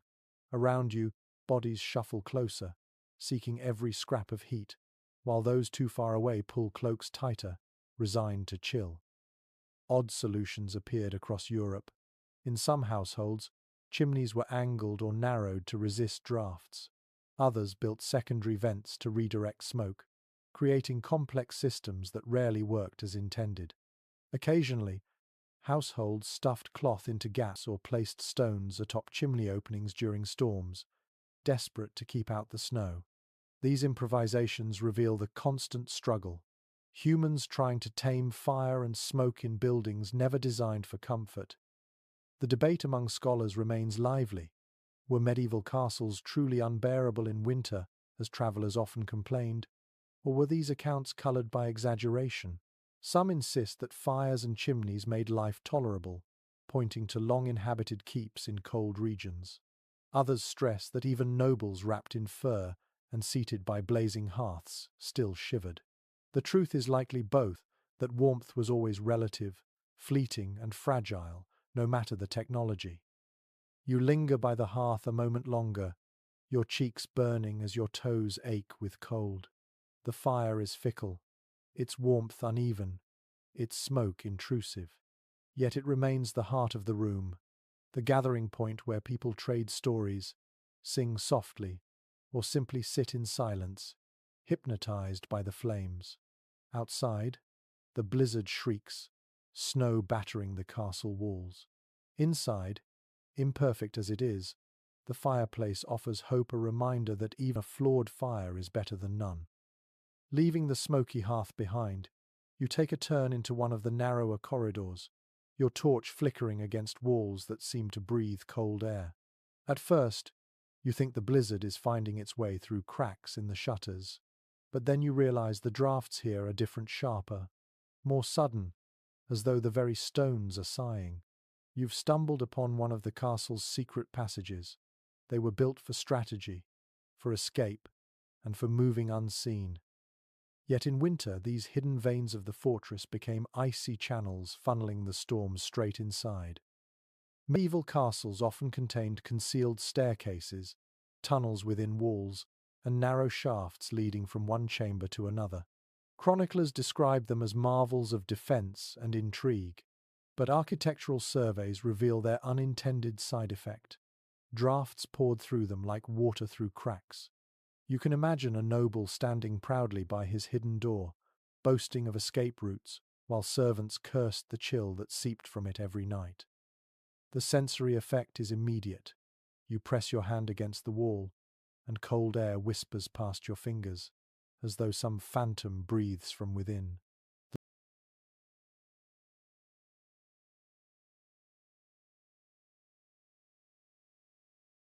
The torch sputters, flame bending toward the unseen opening. Your cloak flutters gently, betraying the current. In a castle already chilled by stone and wind, these secret spaces became invisible enemies of comfort. Some household records mention attempts to block them temporarily. Heavy tapestries were hung across suspicious doors, or chests were dragged against them to dam the draught. But secrecy often prevented full closure after all. What good is a hidden passage if it's barricaded by furniture? The result was compromise, cold tolerated for the sake of defense. An unusual anecdote comes from a Welsh castle, where a servant reportedly froze to death in a narrow wall passage while attempting to stoke a hidden lamp. The story may be tragic embellishment, yet it illustrates the peril of venturing into these unheated arteries during storms. Imagine being ordered to carry a message through a shaft as snow howled outside, your torch smothered, your breath clouding before your eyes, each step colder than the last. There is disagreement among historians about how much these passages truly worsened conditions. Some argue they were sealed tightly enough to limit drafts. Others insist their presence is why certain chambers never stayed warm, no matter how many fires burned. Archaeological evidence of soot stains within walls suggests fires were indeed drawn towards such channels, reinforcing the idea that airflow was constant. But just how severe? The debate remains open. Quirky customs developed to cope. In some households, servants stuffed straw into cracks before winter, pulling it out again when spring came. Others sprinkled herbs into the stuffing, hoping to mask the smell of damp air. Picture kneeling with hands full of dry grass, pushing it into a hidden seam while your breath frosts in the lamplight. The task may seem small, but for those who slept in adjacent chambers, it could mean the difference between tolerable and unbearable. You imagine lying in a bed near one such passage. The curtains of your canopy stir even though the fire burns steadily. You feel the draft snake along your spine, cold as a blade, refusing to be ignored. You pull the covers tighter, but the sensation remains a reminder that the castle is not sealed but riddled with hidden veins, where winter prowls freely. One curious detail emerges in folklore. Secret passages were sometimes blamed for hauntings. People believed the sudden gusts of air, the odd noises echoing through walls, were spirits wandering the keep. In reality, It was the blizzard's breath funneled through stone corridors. Yet in a world where superstition mingled with survival, the line between draft and ghost blurred. Scholars continue to debate whether these architectural flaws were accepted or actively resented. Did lords tolerate the cold as the price of security, or did they constantly seek to improve seals and barriers? Surviving documents show both perspectives: complaints about the cursed wind alongside praise for the cleverness of escape routes. Perhaps, as with much of castle life, discomfort was endured because the alternatives were unthinkable. The storm outside grows fiercer, snow hammering at walls, and still the drafts hiss through hidden seams. You walk slowly, torchlight flickering in narrow cracks, and understand the paradox. The very passages built to preserve life in siege became highways for the cold in winter. In a blizzard, secrecy and survival pulled in opposite directions, and those who tried to sleep nearby paid the price, tossing and turning under blankets, never free of the breath of invisible corridors whispering frost into their dreams. You leave the whispering drafts of the hidden passage and climb a narrow stair to the outer wall walk. The blizzard strikes you full in the face the moment you reach the battlements, a wall of snow and shrieking wind. The towers groan as if alive, and the shutters below rattle against their frames. What you notice most, though, is the way snow drifts against the keep itself, piling high along its base and sometimes pressing hard against doors and windows. These mounds of frozen powder were both shield and menace, shaping the way people inside slept through storm-bound nights. Chroniclers note that during fierce winters, snow piled so high it blocked lower-level entrances, forcing inhabitants to dig tunnels out come morning.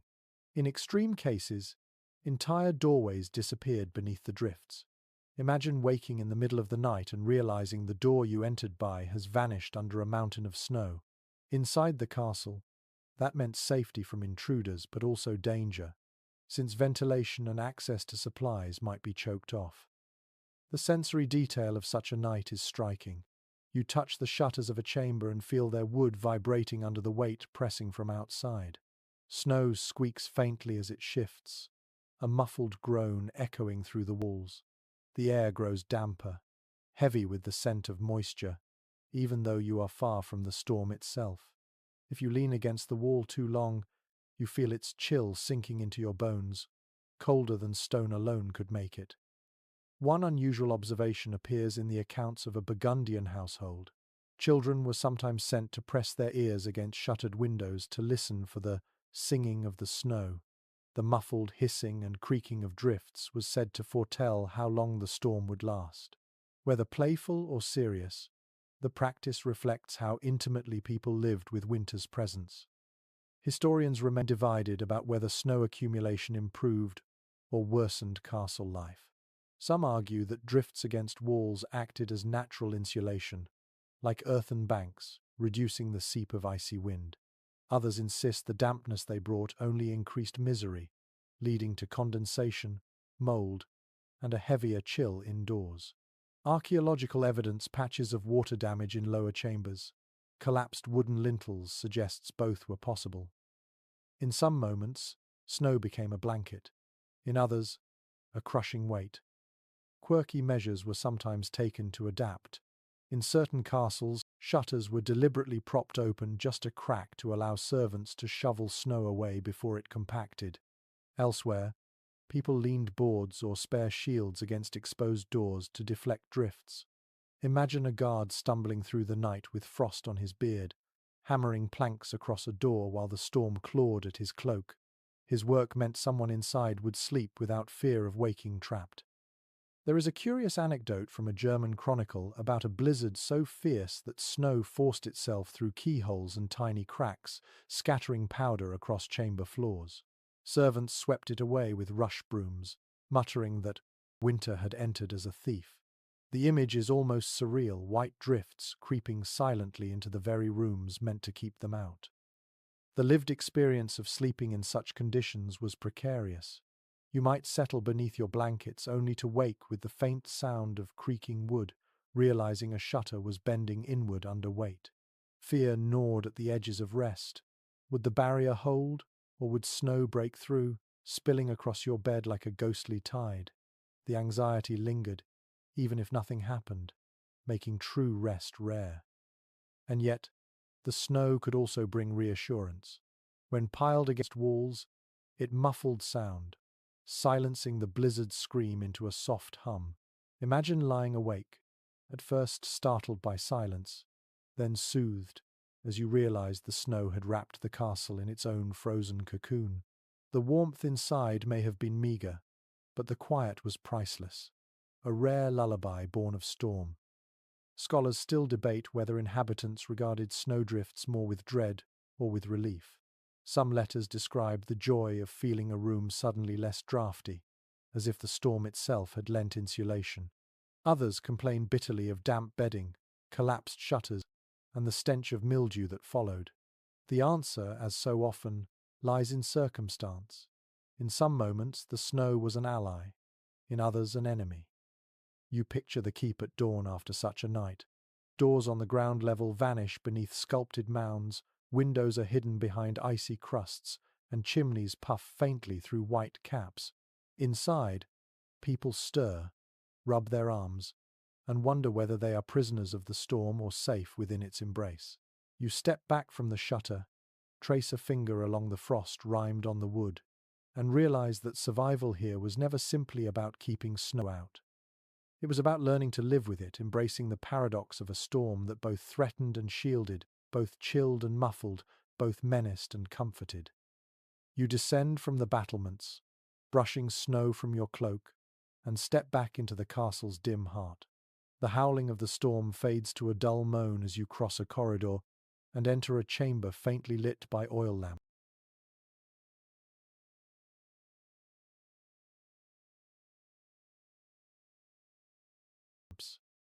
Here, the air carries not only the smell of smoke and damp stone, but also the murmur of voices.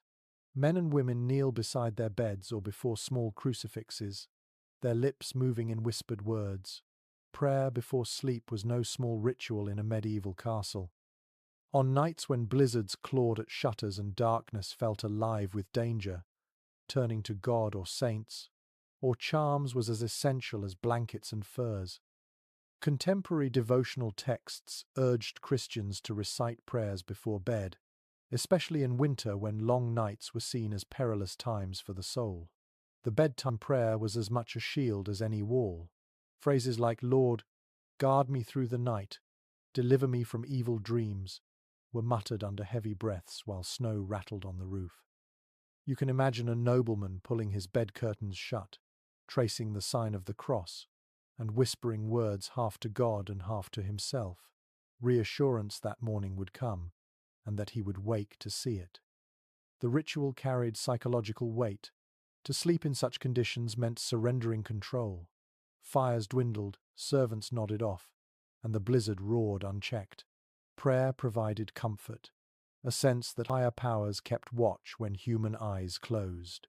For some, this assurance was as warming as fur. Unusual customs varied by region.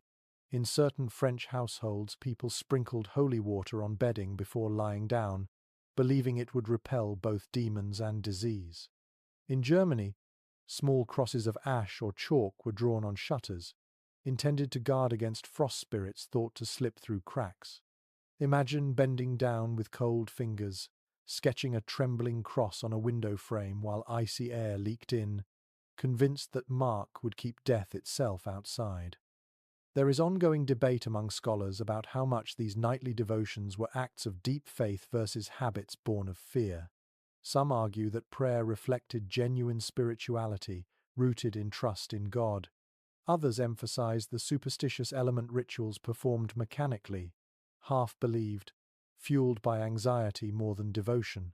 The truth likely sat somewhere between, for in the medieval mind, faith and fear often walk together. The sensory picture of such nights is powerful. You hear whispered Ave Marias mingling with the creak of wood under frost.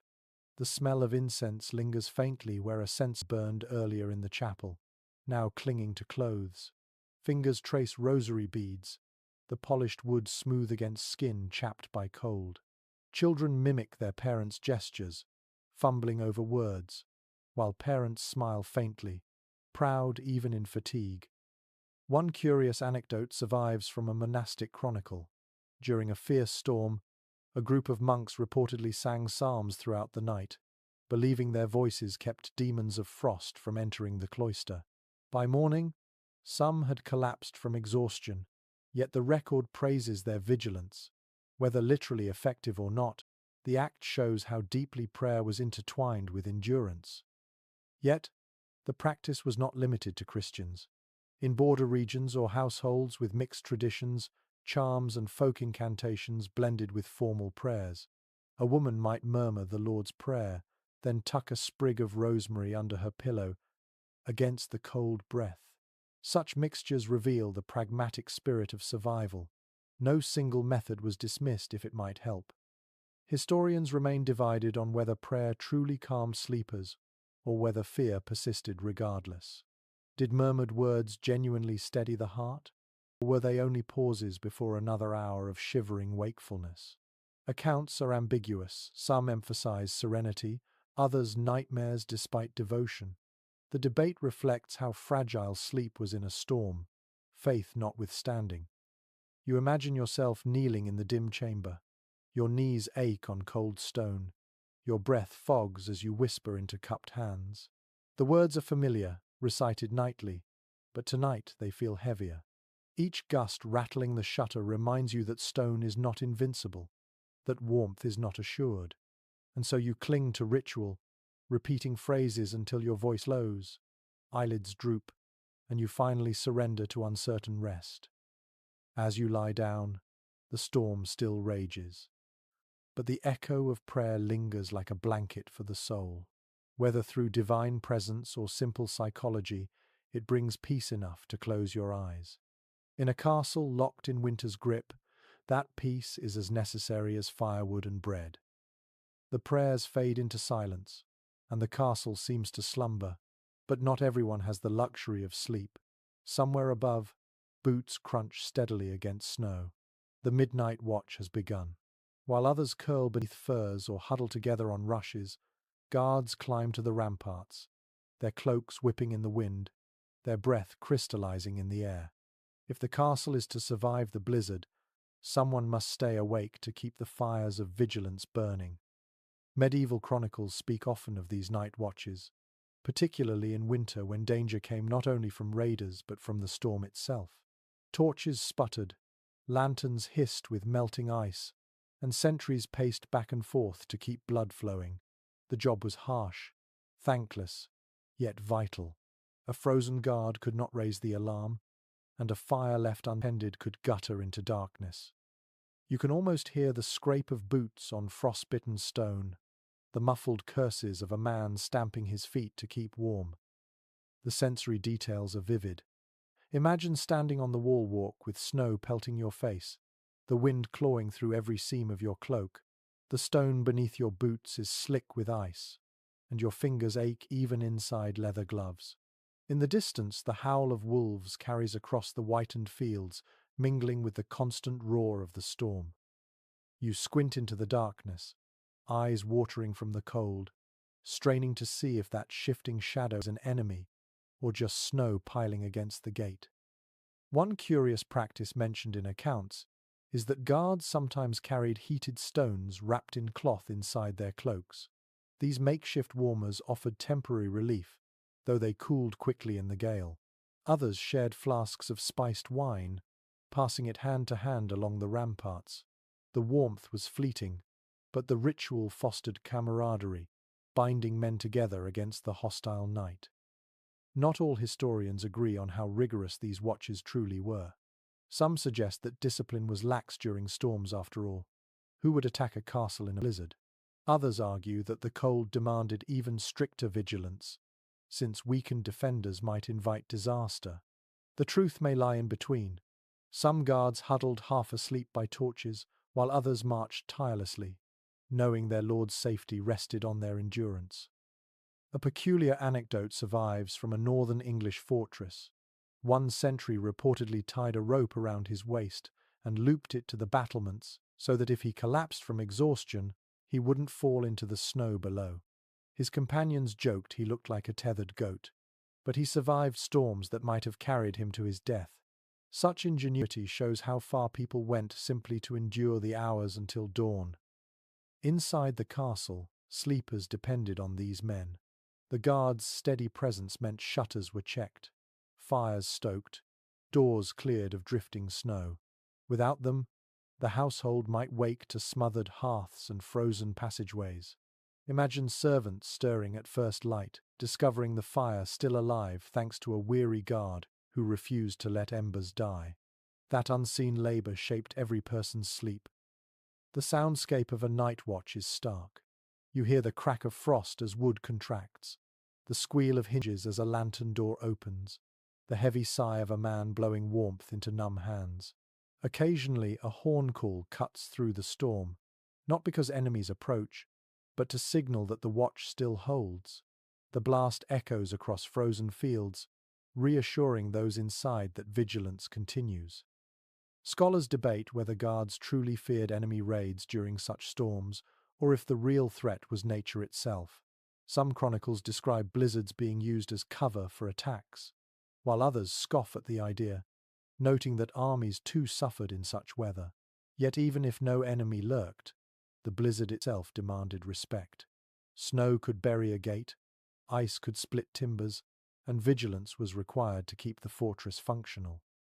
Oddly enough, there are accounts of guards singing during the coldest nights. Low, droning chants kept spirits up and bodies moving. Imagine a line of men pacing along the wall, voices humming through scarves pulled tight, their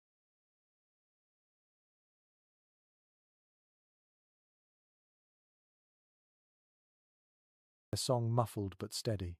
To anyone awake below, the faint music drifting down might be both eerie and comforting.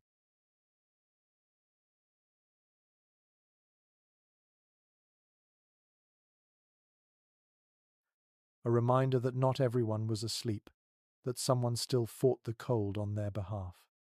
For you, standing among them, the sensation is unforgettable. Your cheeks sting, your hands burn with numbness, your breath comes sharp and shallow. Yet the act of moving, of pacing with comrades, keeps you alive. Each step is defiance against the storm, each glance into the whiteness, a declaration that the castle will not be abandoned to the night. Inside, nobles and servants alike lie in uneasy warmth, unaware of every shiver endured above.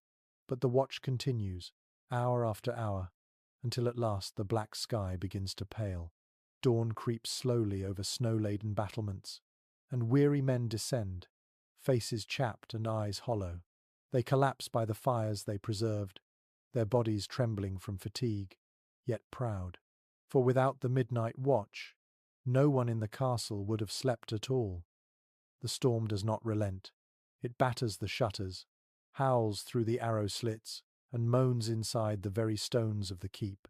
Yet inside, beneath blankets and furs, bodies drift into uneasy sleep. And what dreams they have! For in the Middle Ages, dreams were never just idle phantoms of the mind. They were seen as messages, warnings, prophecies, or sometimes invasions of the spirit world. On nights when snow buried the world outside, the dreams inside castles often centered on warmth, fire, or frightening cold. Writings from medieval physicians and theologians show how carefully dreams were considered. Some believed that the last food or drink consumed before bed shaped the night's visions. Heavy meats led to restless, feverish dreams, while lighter meals might bring calmer visions. Imagine falling asleep after a supper of venison, stew, and ale, only to dream of running endlessly through snow, pursued by unseen hunters. A scholar might later insist this was not random, but a reflection of humours boiling in the stomach. One curious record from a 14th century diary tells of a nobleman who dreamt during a blizzard that fire leapt from his hearth and spread across the hall. He woke terrified, certain it was an omen, and ordered guards to watch the fire more carefully that night. Whether coincidence or foresight, the hearth indeed smoked dangerously, and only quick action prevented disaster. Such tales reinforced the belief that dreams were warnings, not whims. But there's disagreement among modern historians about how seriously medieval people interpreted such nightly visions. Some argue they placed great stock in every detail, consulting clerics or dream books to decipher meanings. Others claim only the unusual or vivid dreams were considered significant, while most were dismissed as the result of indigestion or fatigue. The truth probably lay somewhere between. On ordinary nights, dreams were ignored, but on storm-racked nights, when every sound felt ominous, they carried weight. Odd remedies were sometimes applied to influence dreams. A servant might tuck herbs like sage or mugwort under a pillow, hoping for pleasant visions. Others wore charms or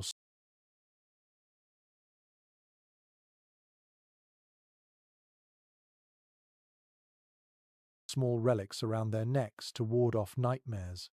Picture yourself lying in a curtained bed, clutching a tiny cross as snow rattles against the shutters, whispering a plea that no demon of frost creep into your sleep.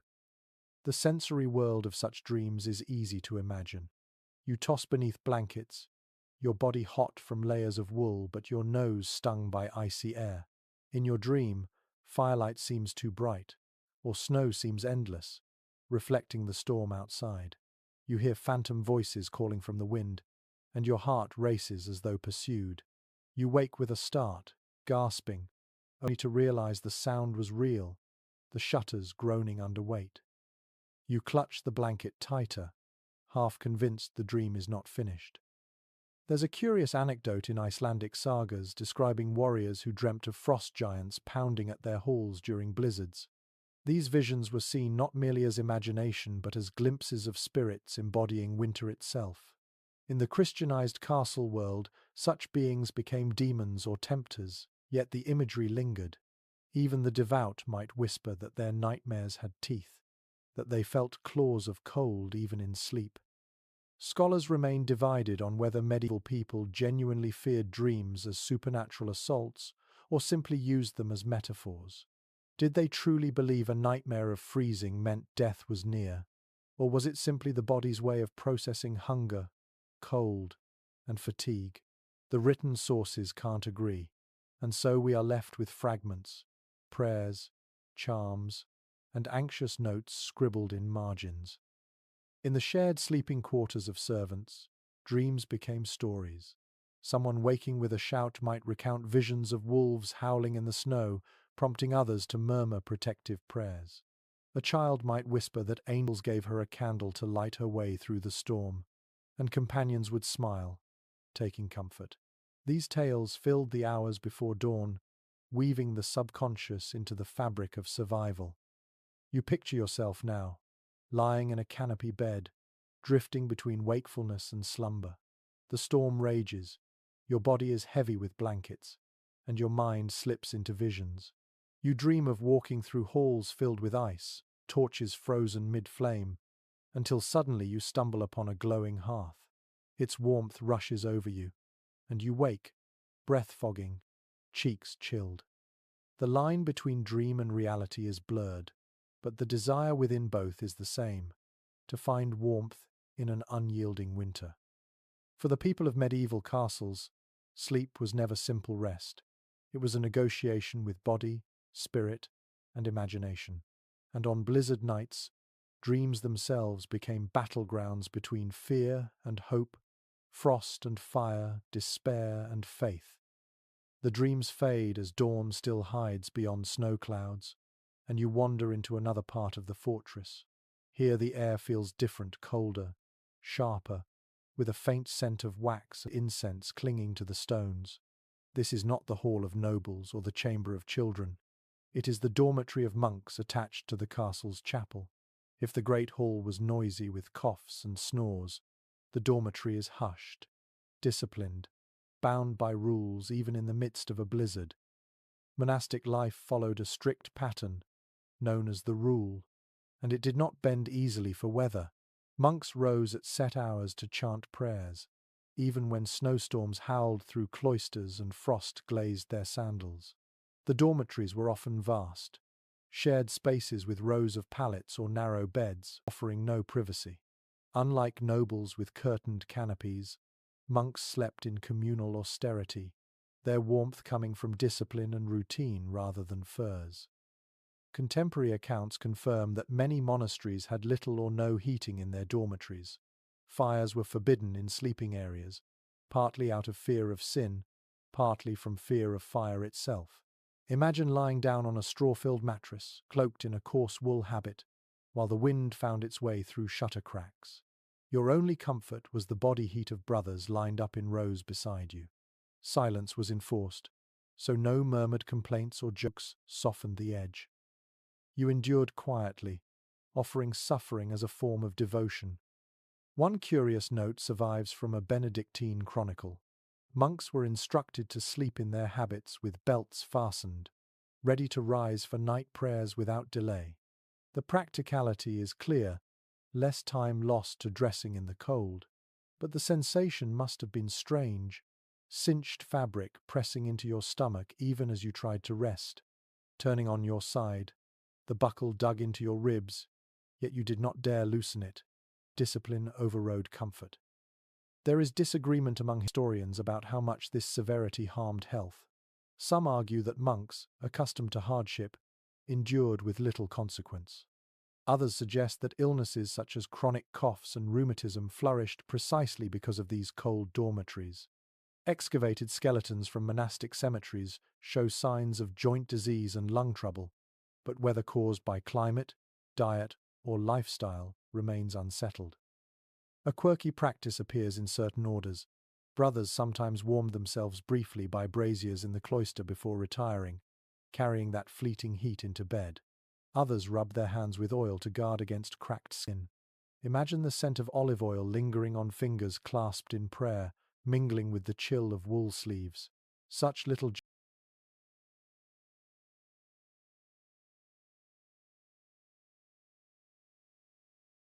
gestures were acts of rebellion against the unrelenting cold. The sensory world of a monastic dormitory is austere. You hear the rustle of straw as bodies shift, the faint creak of wooden frames, the hiss of wind under the eaves. The air smells of wool, of incense carried in from the chapel, and faintly of damp stone. Your breath fogs above you, joining a cloud of mist rising from rows of sleepers. No fire flickers here. Darkness is complete once lamps are extinguished. If you wake in the night, you orient yourself not by light but by the sound of others breathing in unison. Oddly enough, some monastic texts describe dreams of warmth as temptations. A monk might confess to imagining a fire or soft furs, worrying that such longing revealed weakness. Surviving penance lists even included complaining of the cold as a fault requiring discipline. The idea was clear. Enduring winter without protest was a path to holiness. Whether or not every brother succeeded is another matter entirely. Yet scholars still debate the balance between practicality and spirituality in this approach. Were unheated dormitories truly expressions of religious devotion, or were they simply consequences of limited resources? Some argue the severity was deliberate, aligning with vows of poverty. Others point out that many monasteries were wealthy and could have afforded more comfort if they chose. The tension between choice and necessity remains unresolved. Imagine yourself lying in one of those rows. Your body aches against straw, your fingers stiff inside your habit sleeves. You long to roll closer to your neighbor, but silence holds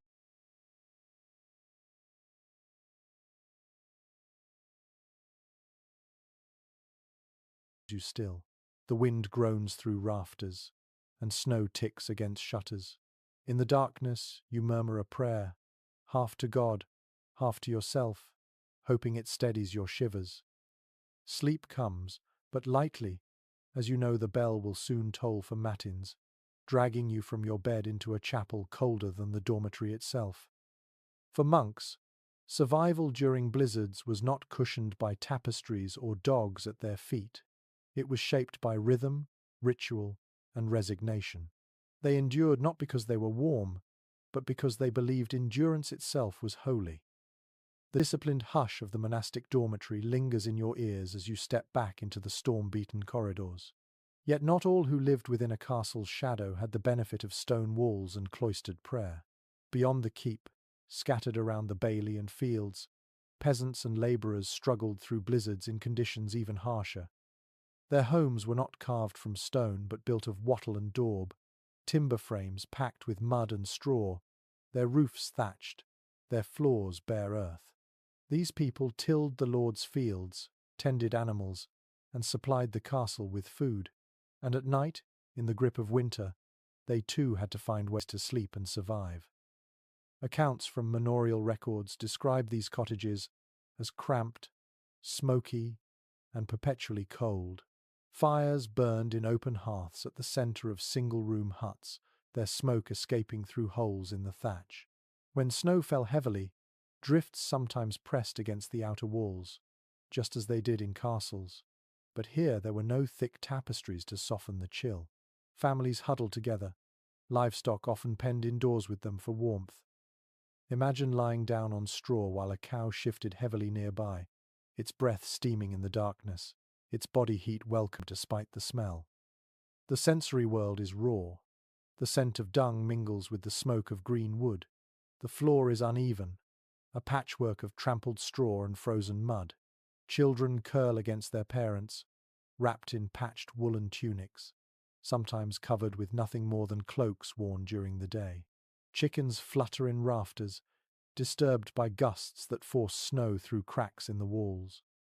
The blizzard outside does not respect boundaries, its voice whistles through every gap, rattling thatch and moaning like a restless spirit.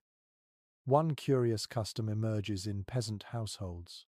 People often placed heated stones or bricks directly into piles of straw where children slept, creating makeshift bed warmers.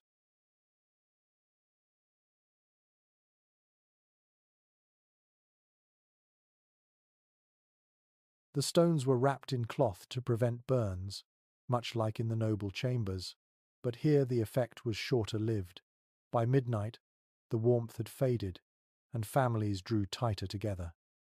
It is said in some villages that children fought for the place nearest the stone, while parents pretended not to notice, giving the youngest a chance to win. Scholars still argue about how dire these conditions were. Some point to archaeological evidence of soot-blackened walls and poor ventilation, suggesting constant illness from smoke and damp. Others highlight resilience, noting that shared space with animals and the insulating power of thatch sometimes kept cottages warmer than drafty stone halls. Was life in these huts miserable beyond measure, or simply another form of adaptation?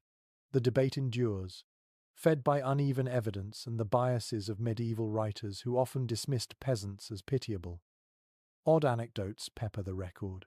One chronicler tells of a family who, during a fierce storm, slept in their barn atop hay bales, declaring it warmer than their house. Another describes villagers burying the lower walls of cottages with snow on purpose, using the drifts as insulation, practice still echoed in some rural traditions centuries later. These stories blur the line between suffering and ingenuity. People who lived on the edge of survival found ways to turn hardship into makeshift shelter. You imagine lying down in such a space, pressed shoulder to shoulder with your family, a dog curled at your feet, the slow shifting of livestock, a lullaby of its own. Your body aches from labor, but fatigue drags you into sleep despite the cold. You dream of fire and bread, only to wake with frost on your blanket and the faint bleating of a sheep in the corner. For peasants, survival was collective. Unlike nobles who retreated to solas or monks bound by silent rules, peasants shared everything: heat, air, even space with their animals. Sleep was never private, never luxurious. It was simply another part of daily endurance, a nightly negotiation with the storm outside and the bodies within. Historians remain divided on whether such conditions shortened lives dramatically or whether communities adapted so well that they endured with remarkable toughness. Some evidence suggests high mortality during harsh winters, especially among infants. Others point to the continuity of peasant life across centuries as proof that their methods worked. The truth, as always, may be a mix. Survival for most, tragedy for some, endurance etched into the rhythm of every winter. As the storm roars beyond the thatch, you picture these families pressed together in the dark. Their laughter still rises sometimes. Even in misery, a joke about the cow snoring louder than father, or a child's giggle at the dog's wet nose. Humanity persists even in the coldest nights, and when dawn finally breaks, weak light filtering through smoke-stained rafters, they stir stiffly, shake frost from blankets, and return to labor. The castle may stand above them, grand and aloof, but in their cottages, peasants live their own battles with the blizzard, won not with stone but with closeness, determination, and the warmth of one another. The cottages beyond the walls may be crowded and smoky, but inside the castle's chambers, another struggle unfolds, a battle not just against discomfort, but against sickness. Cold air creeping through cracks and damp clinging to stones did more than chill bones. It seeded coughs that lingered for weeks, fevers that stole strength, and ailments that frightened households during every long winter. Sleep was supposed to restore, yet in medieval castles, the night often carried illness instead. Medical writings of the era describe how physicians linked cold, damp air with bad humors. They believed chilled nights could imbalance the body, producing phlegm and weakness. Whether or not their theory was correct, the symptoms were real enough. Hacking coughs echoing through the hall, children waking with wheezing breaths, elders shivering beneath layers of blankets. Imagine trying to drift into slumber while the sound of someone coughing beside you never ceased, each rasp like a grim lullaby, reminding you of your own fragility. The sensory impression is vivid. The air smells faintly of mildew where snowmelt seeps through cracks. Damp straw releases a sour odor when bodies shift upon it. Breathing feels heavy, clogged, as if the air itself carries moisture into the lungs. In the dimness, you hear the rhythmic wheeze of a man struggling for breath, followed by the soft clink of a cup being lifted, herbal water, offered by a companion who hopes it might soothe. Odd customs developed to protect against such sickness. Some households burned juniper or rosemary in the hearth, believing the smoke would purify the air. Servants scattered dried herbs among the rushes, hoping to chase away miasma. Picture sitting by the fire while fragrant wood crackles, its resinous smoke mixing with the sharper tang of illness. It may not have cured, but it lifted spirits, convincing people that something was being done. There is disagreement among historians about how much colder castles truly contributed to widespread illness. Some argue that crowded sleeping quarters, poor hygiene, and smoky fires were the larger culprits. Others insist that drafts and dampness were central, making winter a season of fevers. Archaeological studies of bones reveal signs of chronic respiratory issues, but the causes remain contested. Was it smoke? Was it cold? Was it both? The debate continues.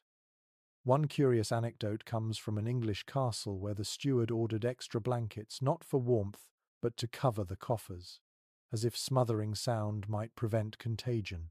Another tale describes a nobleman who insisted on sleeping with a small brazier near his bed, convinced the constant heat would protect him from sickness. The brazier nearly suffocated him with smoke, but he survived the night, believing his method vindicated. The psychological toll was heavy. Imagine lying awake, throat scratchy, fearing the next bout of coughing will never end. Or worse, hearing your child stir beside you, their small body trembling with fever. In an age when medicine was rudimentary, nights filled with sickness carried dread. Rest became restless, every shadow a reminder of mortality. Quirky remedies abounded. People tied garlic cloves around their necks, rubbed goose fat on their chests, or placed warm cloths steeped in wine against their skin. These treatments may sound odd today, but in the biting cold of a castle night, any gesture of comfort, however eccentric, felt precious. Scholars remain divided on whether households truly believed these treatments cured or whether they served more as reassurance. Did garlic necklaces protect against spirits of frost, or were they merely symbolic shields? The evidence is uncertain, but the persistence of such remedies shows that faith in small rituals helped people endure what they could not fully control. You imagine yourself coughing in the darkness, blanket pulled to your chin, chest aching. A companion pats your back softly, whispering a prayer. The storm rattles outside, indifferent to your suffering. Yet in that small moment of human care, an herbal drink offered, a cloak spread across your shoulders, you find strength enough to close your eyes again. In a medieval castle, illness was as constant a companion as the cold itself. People did not sleep only against the storm, they slept against the spectre of fever, shivering in layers, hoping morning would bring recovery. For some, it did. For others, the night's chill proved too great. The coughs and wheezes echo through the stone corridors, but so too does the sound of footsteps, servants moving quietly, carrying bundles of dried leaves, roots, and powders. Illness, born of cold, demanded more than blankets and prayer. It called for remedies, drawn from the earth and prepared by hands both skilled and superstitious. In a medieval castle battered by blizzards, herbal medicine was the nighttime companion to wool and fire. Household records often mention storerooms stocked with sage, rosemary, thyme, and mint. These herbs were not only for cooking but for healing. Sage tea was believed to strengthen the chest against coughs. Rosemary boiled in water released fumes thought to clear lungs. Imagine a servant steeping a bundle in a steaming pot, the fragrance filling a chamber where patients lay huddled. The scent was sharp, bitter, yet strangely comforting, cutting through the staleness of smoke and damp.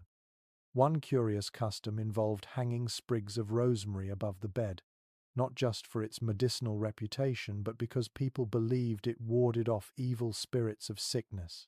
Picture lying beneath such a sprig, its leaves crisping in the dry air, catching faint glimmers of firelight. Was it medicine, or was it magic? Perhaps both.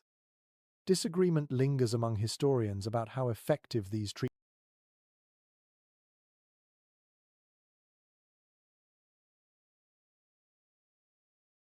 treatments truly were. Some argue that many herbs did provide mild relief time, for instance, contains compounds with antibacterial properties. Others caution against projecting modern science backward, suggesting medieval remedies may have been more symbolic than curative. The debate underscores a larger truth.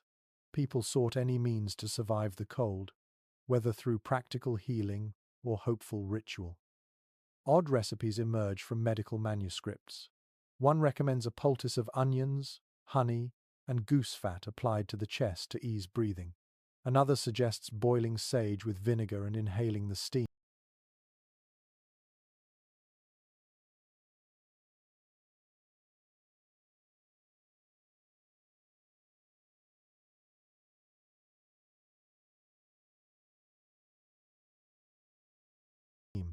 Imagine the pungent cloud filling a small chamber, making your eyes water as you clutch a blanket tighter around you. The discomfort may have been intense, but so too was the belief that it pushed sickness out. The sensory world of these remedies is striking. You hear the clatter of pestles grinding herbs in stone mortars, the hiss of pots bubbling over flames, the sharp crack of dried stems being broken. You smell mint sharp as winter air, garlic pungent and earthy, honey sweet but sticky on fingers. You feel the heat of compresses laid against the chest, the roughness of woolen cloths soaked in vinegar. Healing was tactile, fragrant, noisy. One anecdote tells of a noblewoman who insisted her chamber be filled with burning juniper branches during storms, convinced the smoke not only warmed, but sterilized the air. Servants complained of choking, yet she slept soundly, soothed by the scent. Another tale speaks of a healer in a castle town who placed crushed ivy leaves inside boots, claiming they would draw out frost from the feet. Whether placebo or miracle, those who tried it often swore they felt relief. Scholars still puzzle over whether such remedies were believed wholeheartedly or accepted with a degree of skepticism. Did patients truly trust goose fat to cure a fever, or did they simply grasp at whatever hope was offered? Surviving letters suggest both. Some proclaim miraculous recovery after herbal treatment, others mourn that nothing availed. But even failure did not end the practice, because in the cold, doing something felt better than doing nothing. You picture yourself in a chamber where illness lingers, A servant hands you a steaming cup, its surface shimmering with floating sage leaves. You sip, the taste bitter but grounding, warmth spreading through your chest. A sprig of rosemary dangles above the bed, its shadow dancing on the wall. You hear others cough in the darkness, but you cling to the belief that the potion in your stomach is fighting back. Sleep comes, not peaceful but tinged with hope. In the blizzard-locked castle, herbs were the bridge between faith and survival. They could not banish winter, but they gave people tools to fight it, scents to comfort the sick, and rituals to steady the fearful.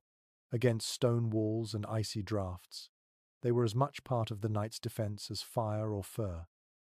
The smell of herbs fades, replaced by quieter sounds, muffled cries, whispered prayers, and the shuffle of servants carrying water basins.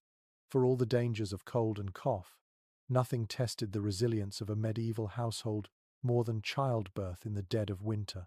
Imagine the blizzard raging outside, snow piling high against the keep, while inside, a woman labors through the night. Her family and attendants gathered around in anxious vigil. Sleep for them was impossible.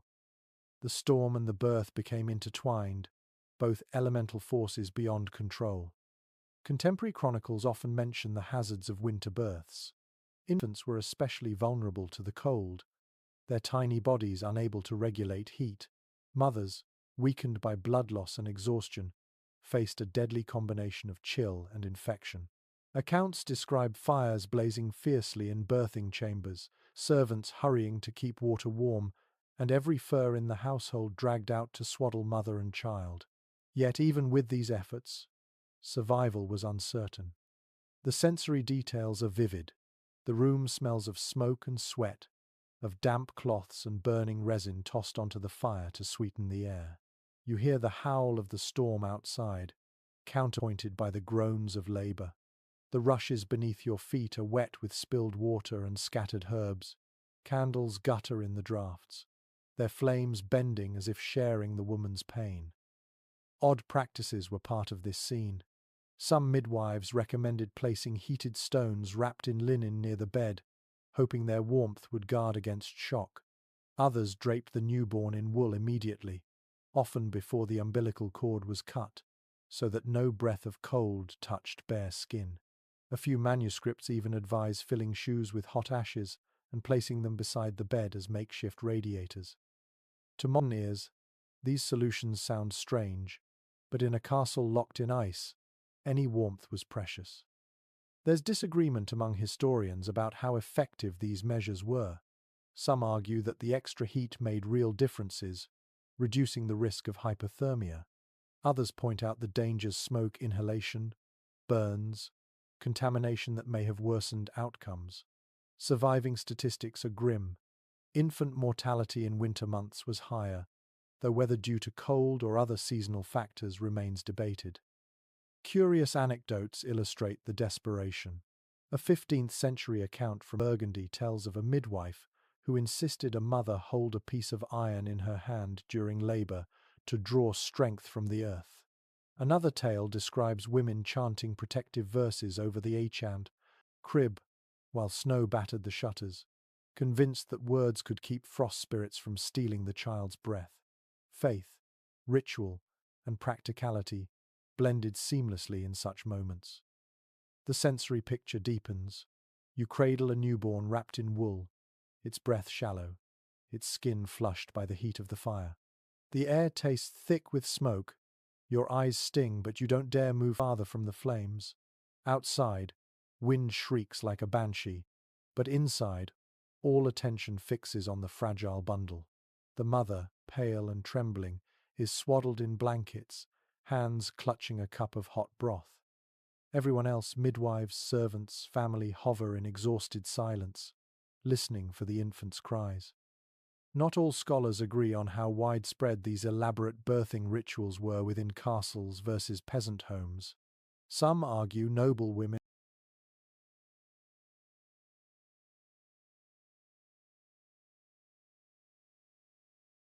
had far greater access to midwives, herbs, and heated chambers, while commoners endured harsher conditions with little aid. Others suggest that even in simple cottages, neighbors rallied to bring warmth, furs, and hands to help. The evidence shows variation, but a shared theme. Community rallied against the coldest and most dangerous nights. And there are stories of triumph. One letter from an English nobleman describes the relief of hearing his child's first cry above the storm's roar, as if the baby's voice itself silenced winter's fury. For that family, the blizzard became part of the child's legend, proof that they were born strong enough to defy the elements. Imagine yourself in that chamber, sitting beside the bed as the storm rages. Your heart pounds as you hear the baby wail. Your shoulders sag with relief. The fire blazes. The room is sweltering despite the drafts. And for a fleeting moment, joy triumphs over frost. Yet you know the struggle is not finished. Through the night, blankets must be adjusted, broth must be served, fire must be fed. Everyone remains vigilant. For in a medieval castle, childbirth during a blizzard was not only a moment of life, it was a night-long fight against death. The cries of newborns fade into the deeper hum of the storm, and as you wander further into the keep, you notice another sound, the low rumble of hooves, the muffled snorts of animals bedding down. You've reached the castle stables. During blizzards, these spaces became strange refuges, not only for horses and livestock, but sometimes for people who preferred the heat of beasts to the chill of empty chambers. Survival did not always smell of herbs or smoke, it sometimes smelled of hay, sweat, and manure. Medieval accounts confirm the practice. Horses, oxen, and cows radiated remarkable warmth, enough to transform stables into rough shelters against the cold. In some desperate winters, servants or guards dragged pallets of straw into corners of the stable, curling up beside the flanks of animals. Imagine pressing your back against the body of a horse, feeling it shift and sigh, its heat seeping into your bones. The comfort was visceral, if not exactly fragrant. The sensory impression is intense. The air is thick with the sweet-sour smell of hay, mingled with manure and the sharp tang of leather tack. You hear the steady chew of animals working through their fodder, the stamp of hooves, the jingle of harness buckles. When the wind rattles the stable doors, the beasts shift nervously, but their warmth remains steady. Lying in that space, your skin prickles with heat on one side and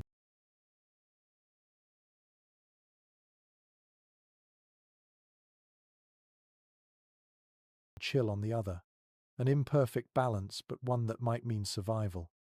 One curious custom is noted in Scandinavian folklore. Children were sometimes laid to sleep in cradles suspended above stabled animals, hung from rafters so that rising body heat kept them warm. Picture a cradle swaying gently, hay rustling below, the baby's breath clouding faintly in the air but never freezing. It may sound rustic, but ingenuity often trumped elegance when blizzards struck. Historians disagree on how common such practices were inside stone castles. Some argue that nobles would have considered it beneath their dignity to sleep among beasts. Others counter that in moments of desperation, pride yielded to pragmatism after all. Warmth was warmth, no matter the source. Archaeological traces of straw bedding found near stable walls suggest humans did indeed sleep there at times, though whether nobles or only lower servants remains contested.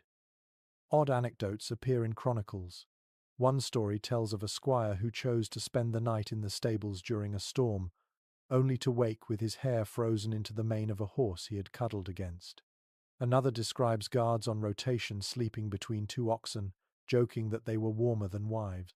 Humor, even coarse, softened the hardship of sharing a bed with livestock. There is also debate about health risks. Some scholars argue that stable air, heavy with ammonia from waste, was dangerous for long exposure. Others suggest it was no worse than smoky chambers filled with humans. Either way, the evidence shows that people accepted the trade-off. Better to risk foul air than certain frostbite. Imagine yourself curling up on a straw pallet in the corner of a stable. The rough stalks poke at your skin, dust tickles your nose, but as a cow settles beside you, warmth spreads through the air. The storm rattles outside, But inside the stable there is a different rhythm. Animals breathing, chewing, shifting. You fall asleep not to silence, but to the heartbeat of creatures sharing their heat. It is not noble, not elegant, but it is survival. Quirky practices even extended to ritual. In some rural traditions, people whispered blessings over animals before bedding down beside them, thanking them for their warmth as though it were a gift. Others left scraps of bread near the trough as offerings, a way to honor beasts that kept humans alive. The blurred line between gratitude and superstition reflected the dependence people felt toward their animals. Scholars continue to argue over whether these stories represent regular practice or emergency measures reserved for the harshest nights. Yet the persistence of such accounts suggests they were neither rare nor shameful. In a world where firewood was scarce and storms unrelenting, barns and stables were more than utility, they were lifelines. The storm still howls outside, but in the stable the air grows heavy with heat and scent. You close your eyes, pressed between hay and the steady flank of an ox. Sleep comes more easily than you expect, for in the medieval night, survival often meant setting aside distinctions of rank and refinement, accepting warmth wherever it could be found, even if it meant falling asleep with your cheek against the hide of a horse. The stables are warm in their earthy way, but you step back into the keep, where the storm still gnaws at every seam.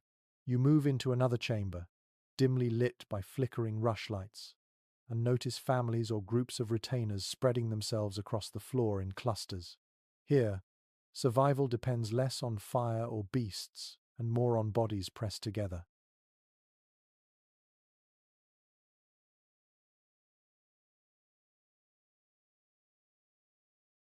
Communal sleeping, the practice of sharing warmth through proximity, was one of the oldest and simplest ways to outlast the night in a castle under blizzard siege. Medieval sources mention it frequently. Peasants in cottages slept shoulder to shoulder. Nobles often shared beds with companions on journeys, and even soldiers in barracks arranged themselves like spoons in a drawer. The castle was no exception.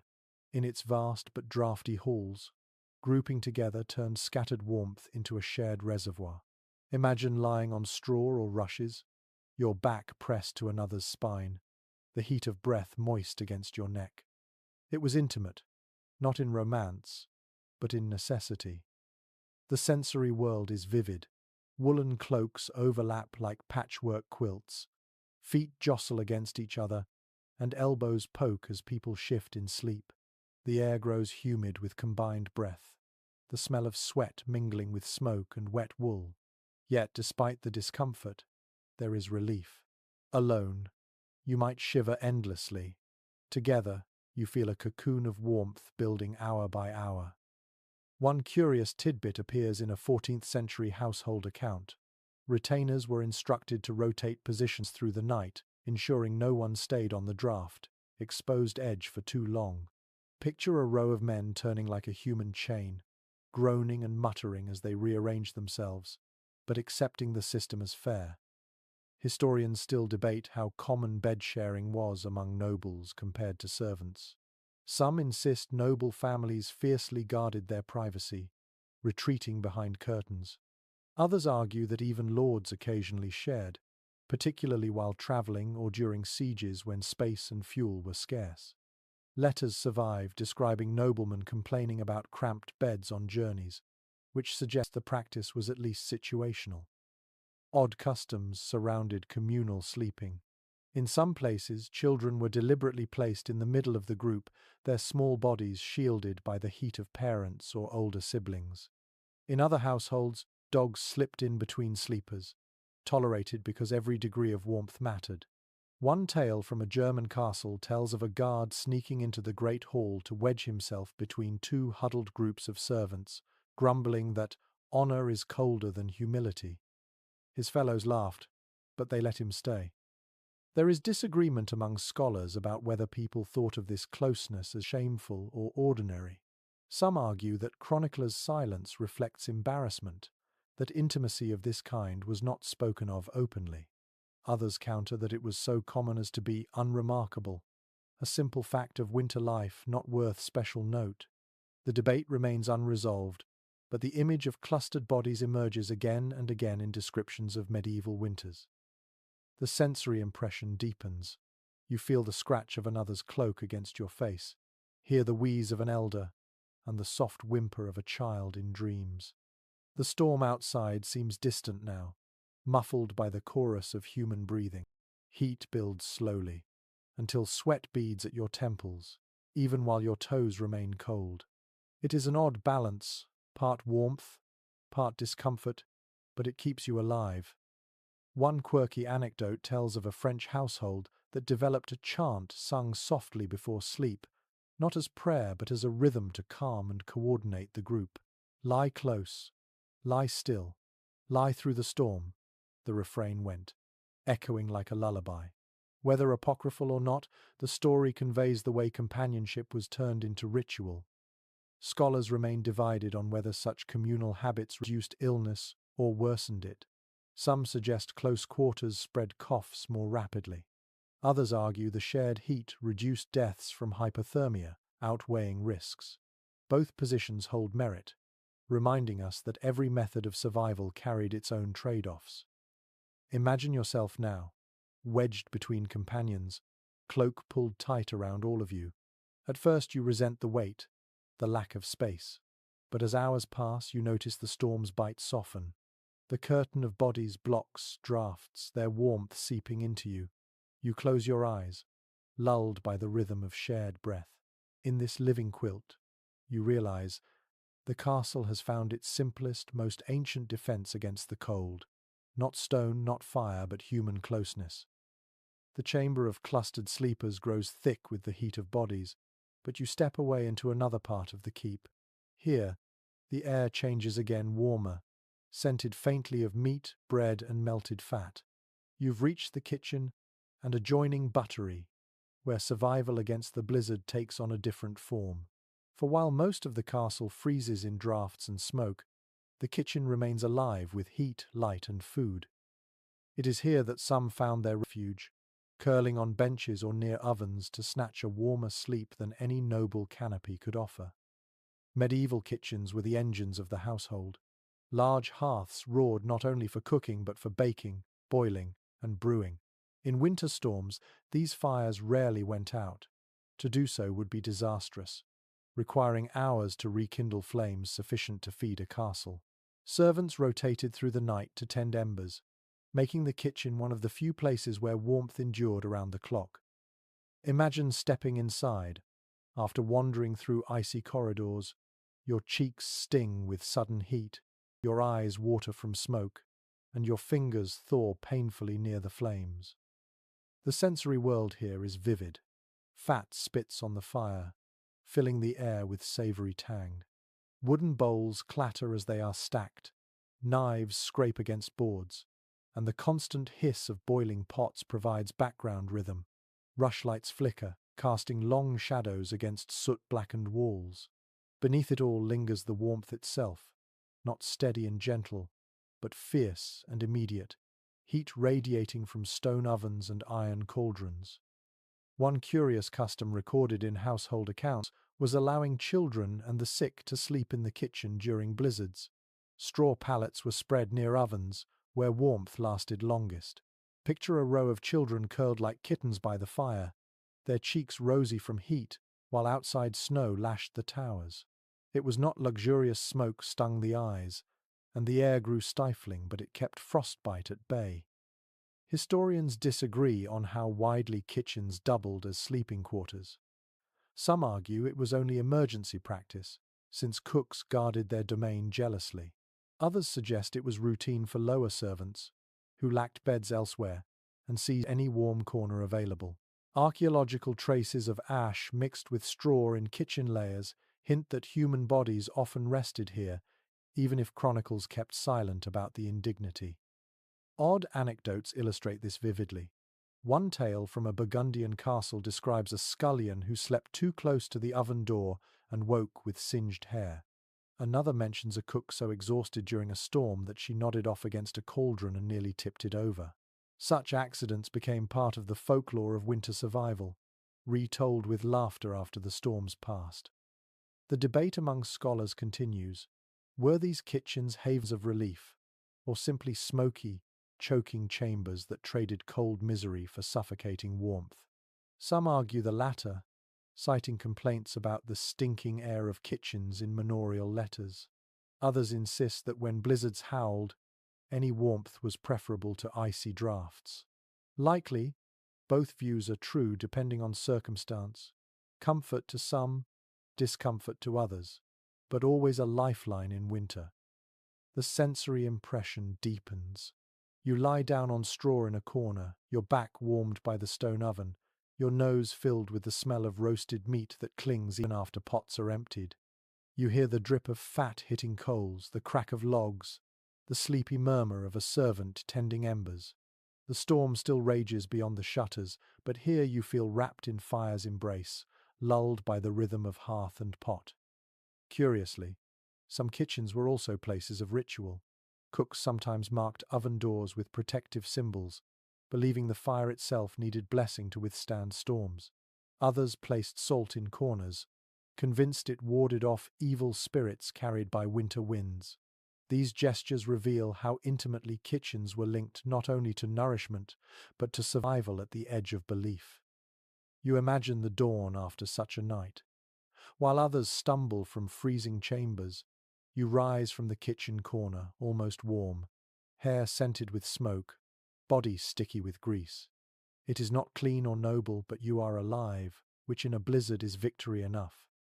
In the frozen heart of a castle, the kitchen was more than a workplace. It was a hearth for the whole household, a sanctuary of fire and food where survival was cooked nightly into bread, broth, and the glowing coals that outlasted the storm. The kitchens fade behind you, their warmth lingering faintly on your skin as you step into yet another chamber. This one is quiet, almost eerily so. The walls are lined with shelves of manuscripts, wax tablets, and precious scrolls. The air smells of parchment and ink. You've entered the castle's library or scriptorium, a place of learning and silence. Yet even here, in this realm of words, the struggle with the blizzard seeps in.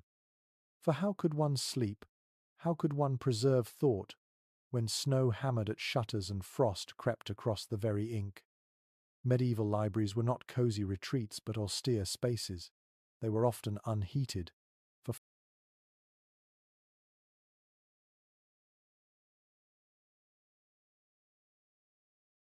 fire posed too great a risk to fragile books. Scribes worked in their cloisters, bundled in cloaks and gloves, sometimes with small holes cut in the fingertips to hold quills. At night, when the storm pressed hardest, these chambers became forbidding. Imagine lying down on a bench here, your breath fogging above shelves of sacred texts, the cold biting harder because no hearth dared be lit. Yet some did choose this space, especially scholars or clerics who felt words were a stronger comfort than blankets. The sensory details are sharp. You smell dry vellum, a faint tang of ink, and the mustiness of old wood. Your ears catch the creak of shelves as the cold contracts them, the faint rattle of snow against shutters. Your fingers trace a page, the surface stiff and chilly, as if the parchment itself had frozen. To sleep in such a place was less about warmth and more about a certain kind of devotion, the belief that guarding knowledge was worth discomfort. One curious tidbit from a 13th century chronicle describes monks in northern France placing heated bricks beneath their desks to warm their feet while copying texts. If those bricks remained hot, they sometimes brought them to their palates at night. It blurs the line between study and survival, as if scholarship and warmth shared the same tools. Historians disagree about whether libraries were ever intentionally used as sleeping spaces. Some argue it was unlikely, given the risk to manuscripts from fire or moisture. Others counter that desperate winters drove people to sleep wherever there was room, and that scribes working late may have simply collapsed on benches rather than brave, colder dormitories. Archaeological finds of soot near shelving hint at hidden braziers once used despite prohibitions. The debate continues, unresolved but tantalizing. Odd anecdotes bring the scene alive. One tale from Burgundy tells of a scribe who tucked pages of rejected drafts under his cloak as insulation, joking he had found warmth in words. Another describes a scholar who claimed to dream of angels teaching him theology whenever he slept in the library during storms, visions perhaps born more of chill than divine revelation. The sensory reality is haunting. You picture yourself curled in a corner, wrapped in a wool cloak, the flicker of a lamp casting pale light on spines of books. Your nose aches from the cold, yet you breathe in the papery scent, strangely comforted. Outside the storm bellows, but here the silence feels deeper, almost sacred. You sleep fitfully, not warm but soothed by the presence of human thought captured in ink. Scholars still debate whether these libraries truly shielded their inhabitants from winter or only magnified it. Were they sanctuaries of the mind that distracted from the body's misery, or were they miserable places where even words froze on the page? The evidence points in both directions, depending on the wealth of the collection and the architecture around it. Yet even in the cold, libraries symbolized resistance. To keep knowledge alive during storms was to insist that winter could not silence human voices. In that sense, sleeping in a library was more than a practical choice. It was a gesture of faith in endurance. Imagine yourself rising at dawn from such a chamber. Your limbs are stiff, your lips cracked, but you gaze at shelves of manuscripts and feel something beyond cold: pride. The castle may groan beneath the snow, but within these walls, thought has survived the night, and so have you. You step out of the scriptorium, the scent of ink and parchment still clinging faintly to your cloak, and wander through the castle one final time. The blizzard outside has not quieted it, still claws at shutters, rattles doors, and presses its white weight against every tower, but inside, the fortress holds steady. Every chamber tells its story. The noble's canopy bed lined with fur, the servants huddled in corners, the children bundled in wool, the dogs pressed close, the monks in their cold dormitories, the peasants in their cottages beyond the walls. Each strategy, each ritual, each whispered prayer was another thread in the great tapestry of survival. Stone walls alone were never enough. Castles were not warm havens but draughty bulwarks, protective against blades yet vulnerable to winter's bite. People adapted with fire, with cloth, with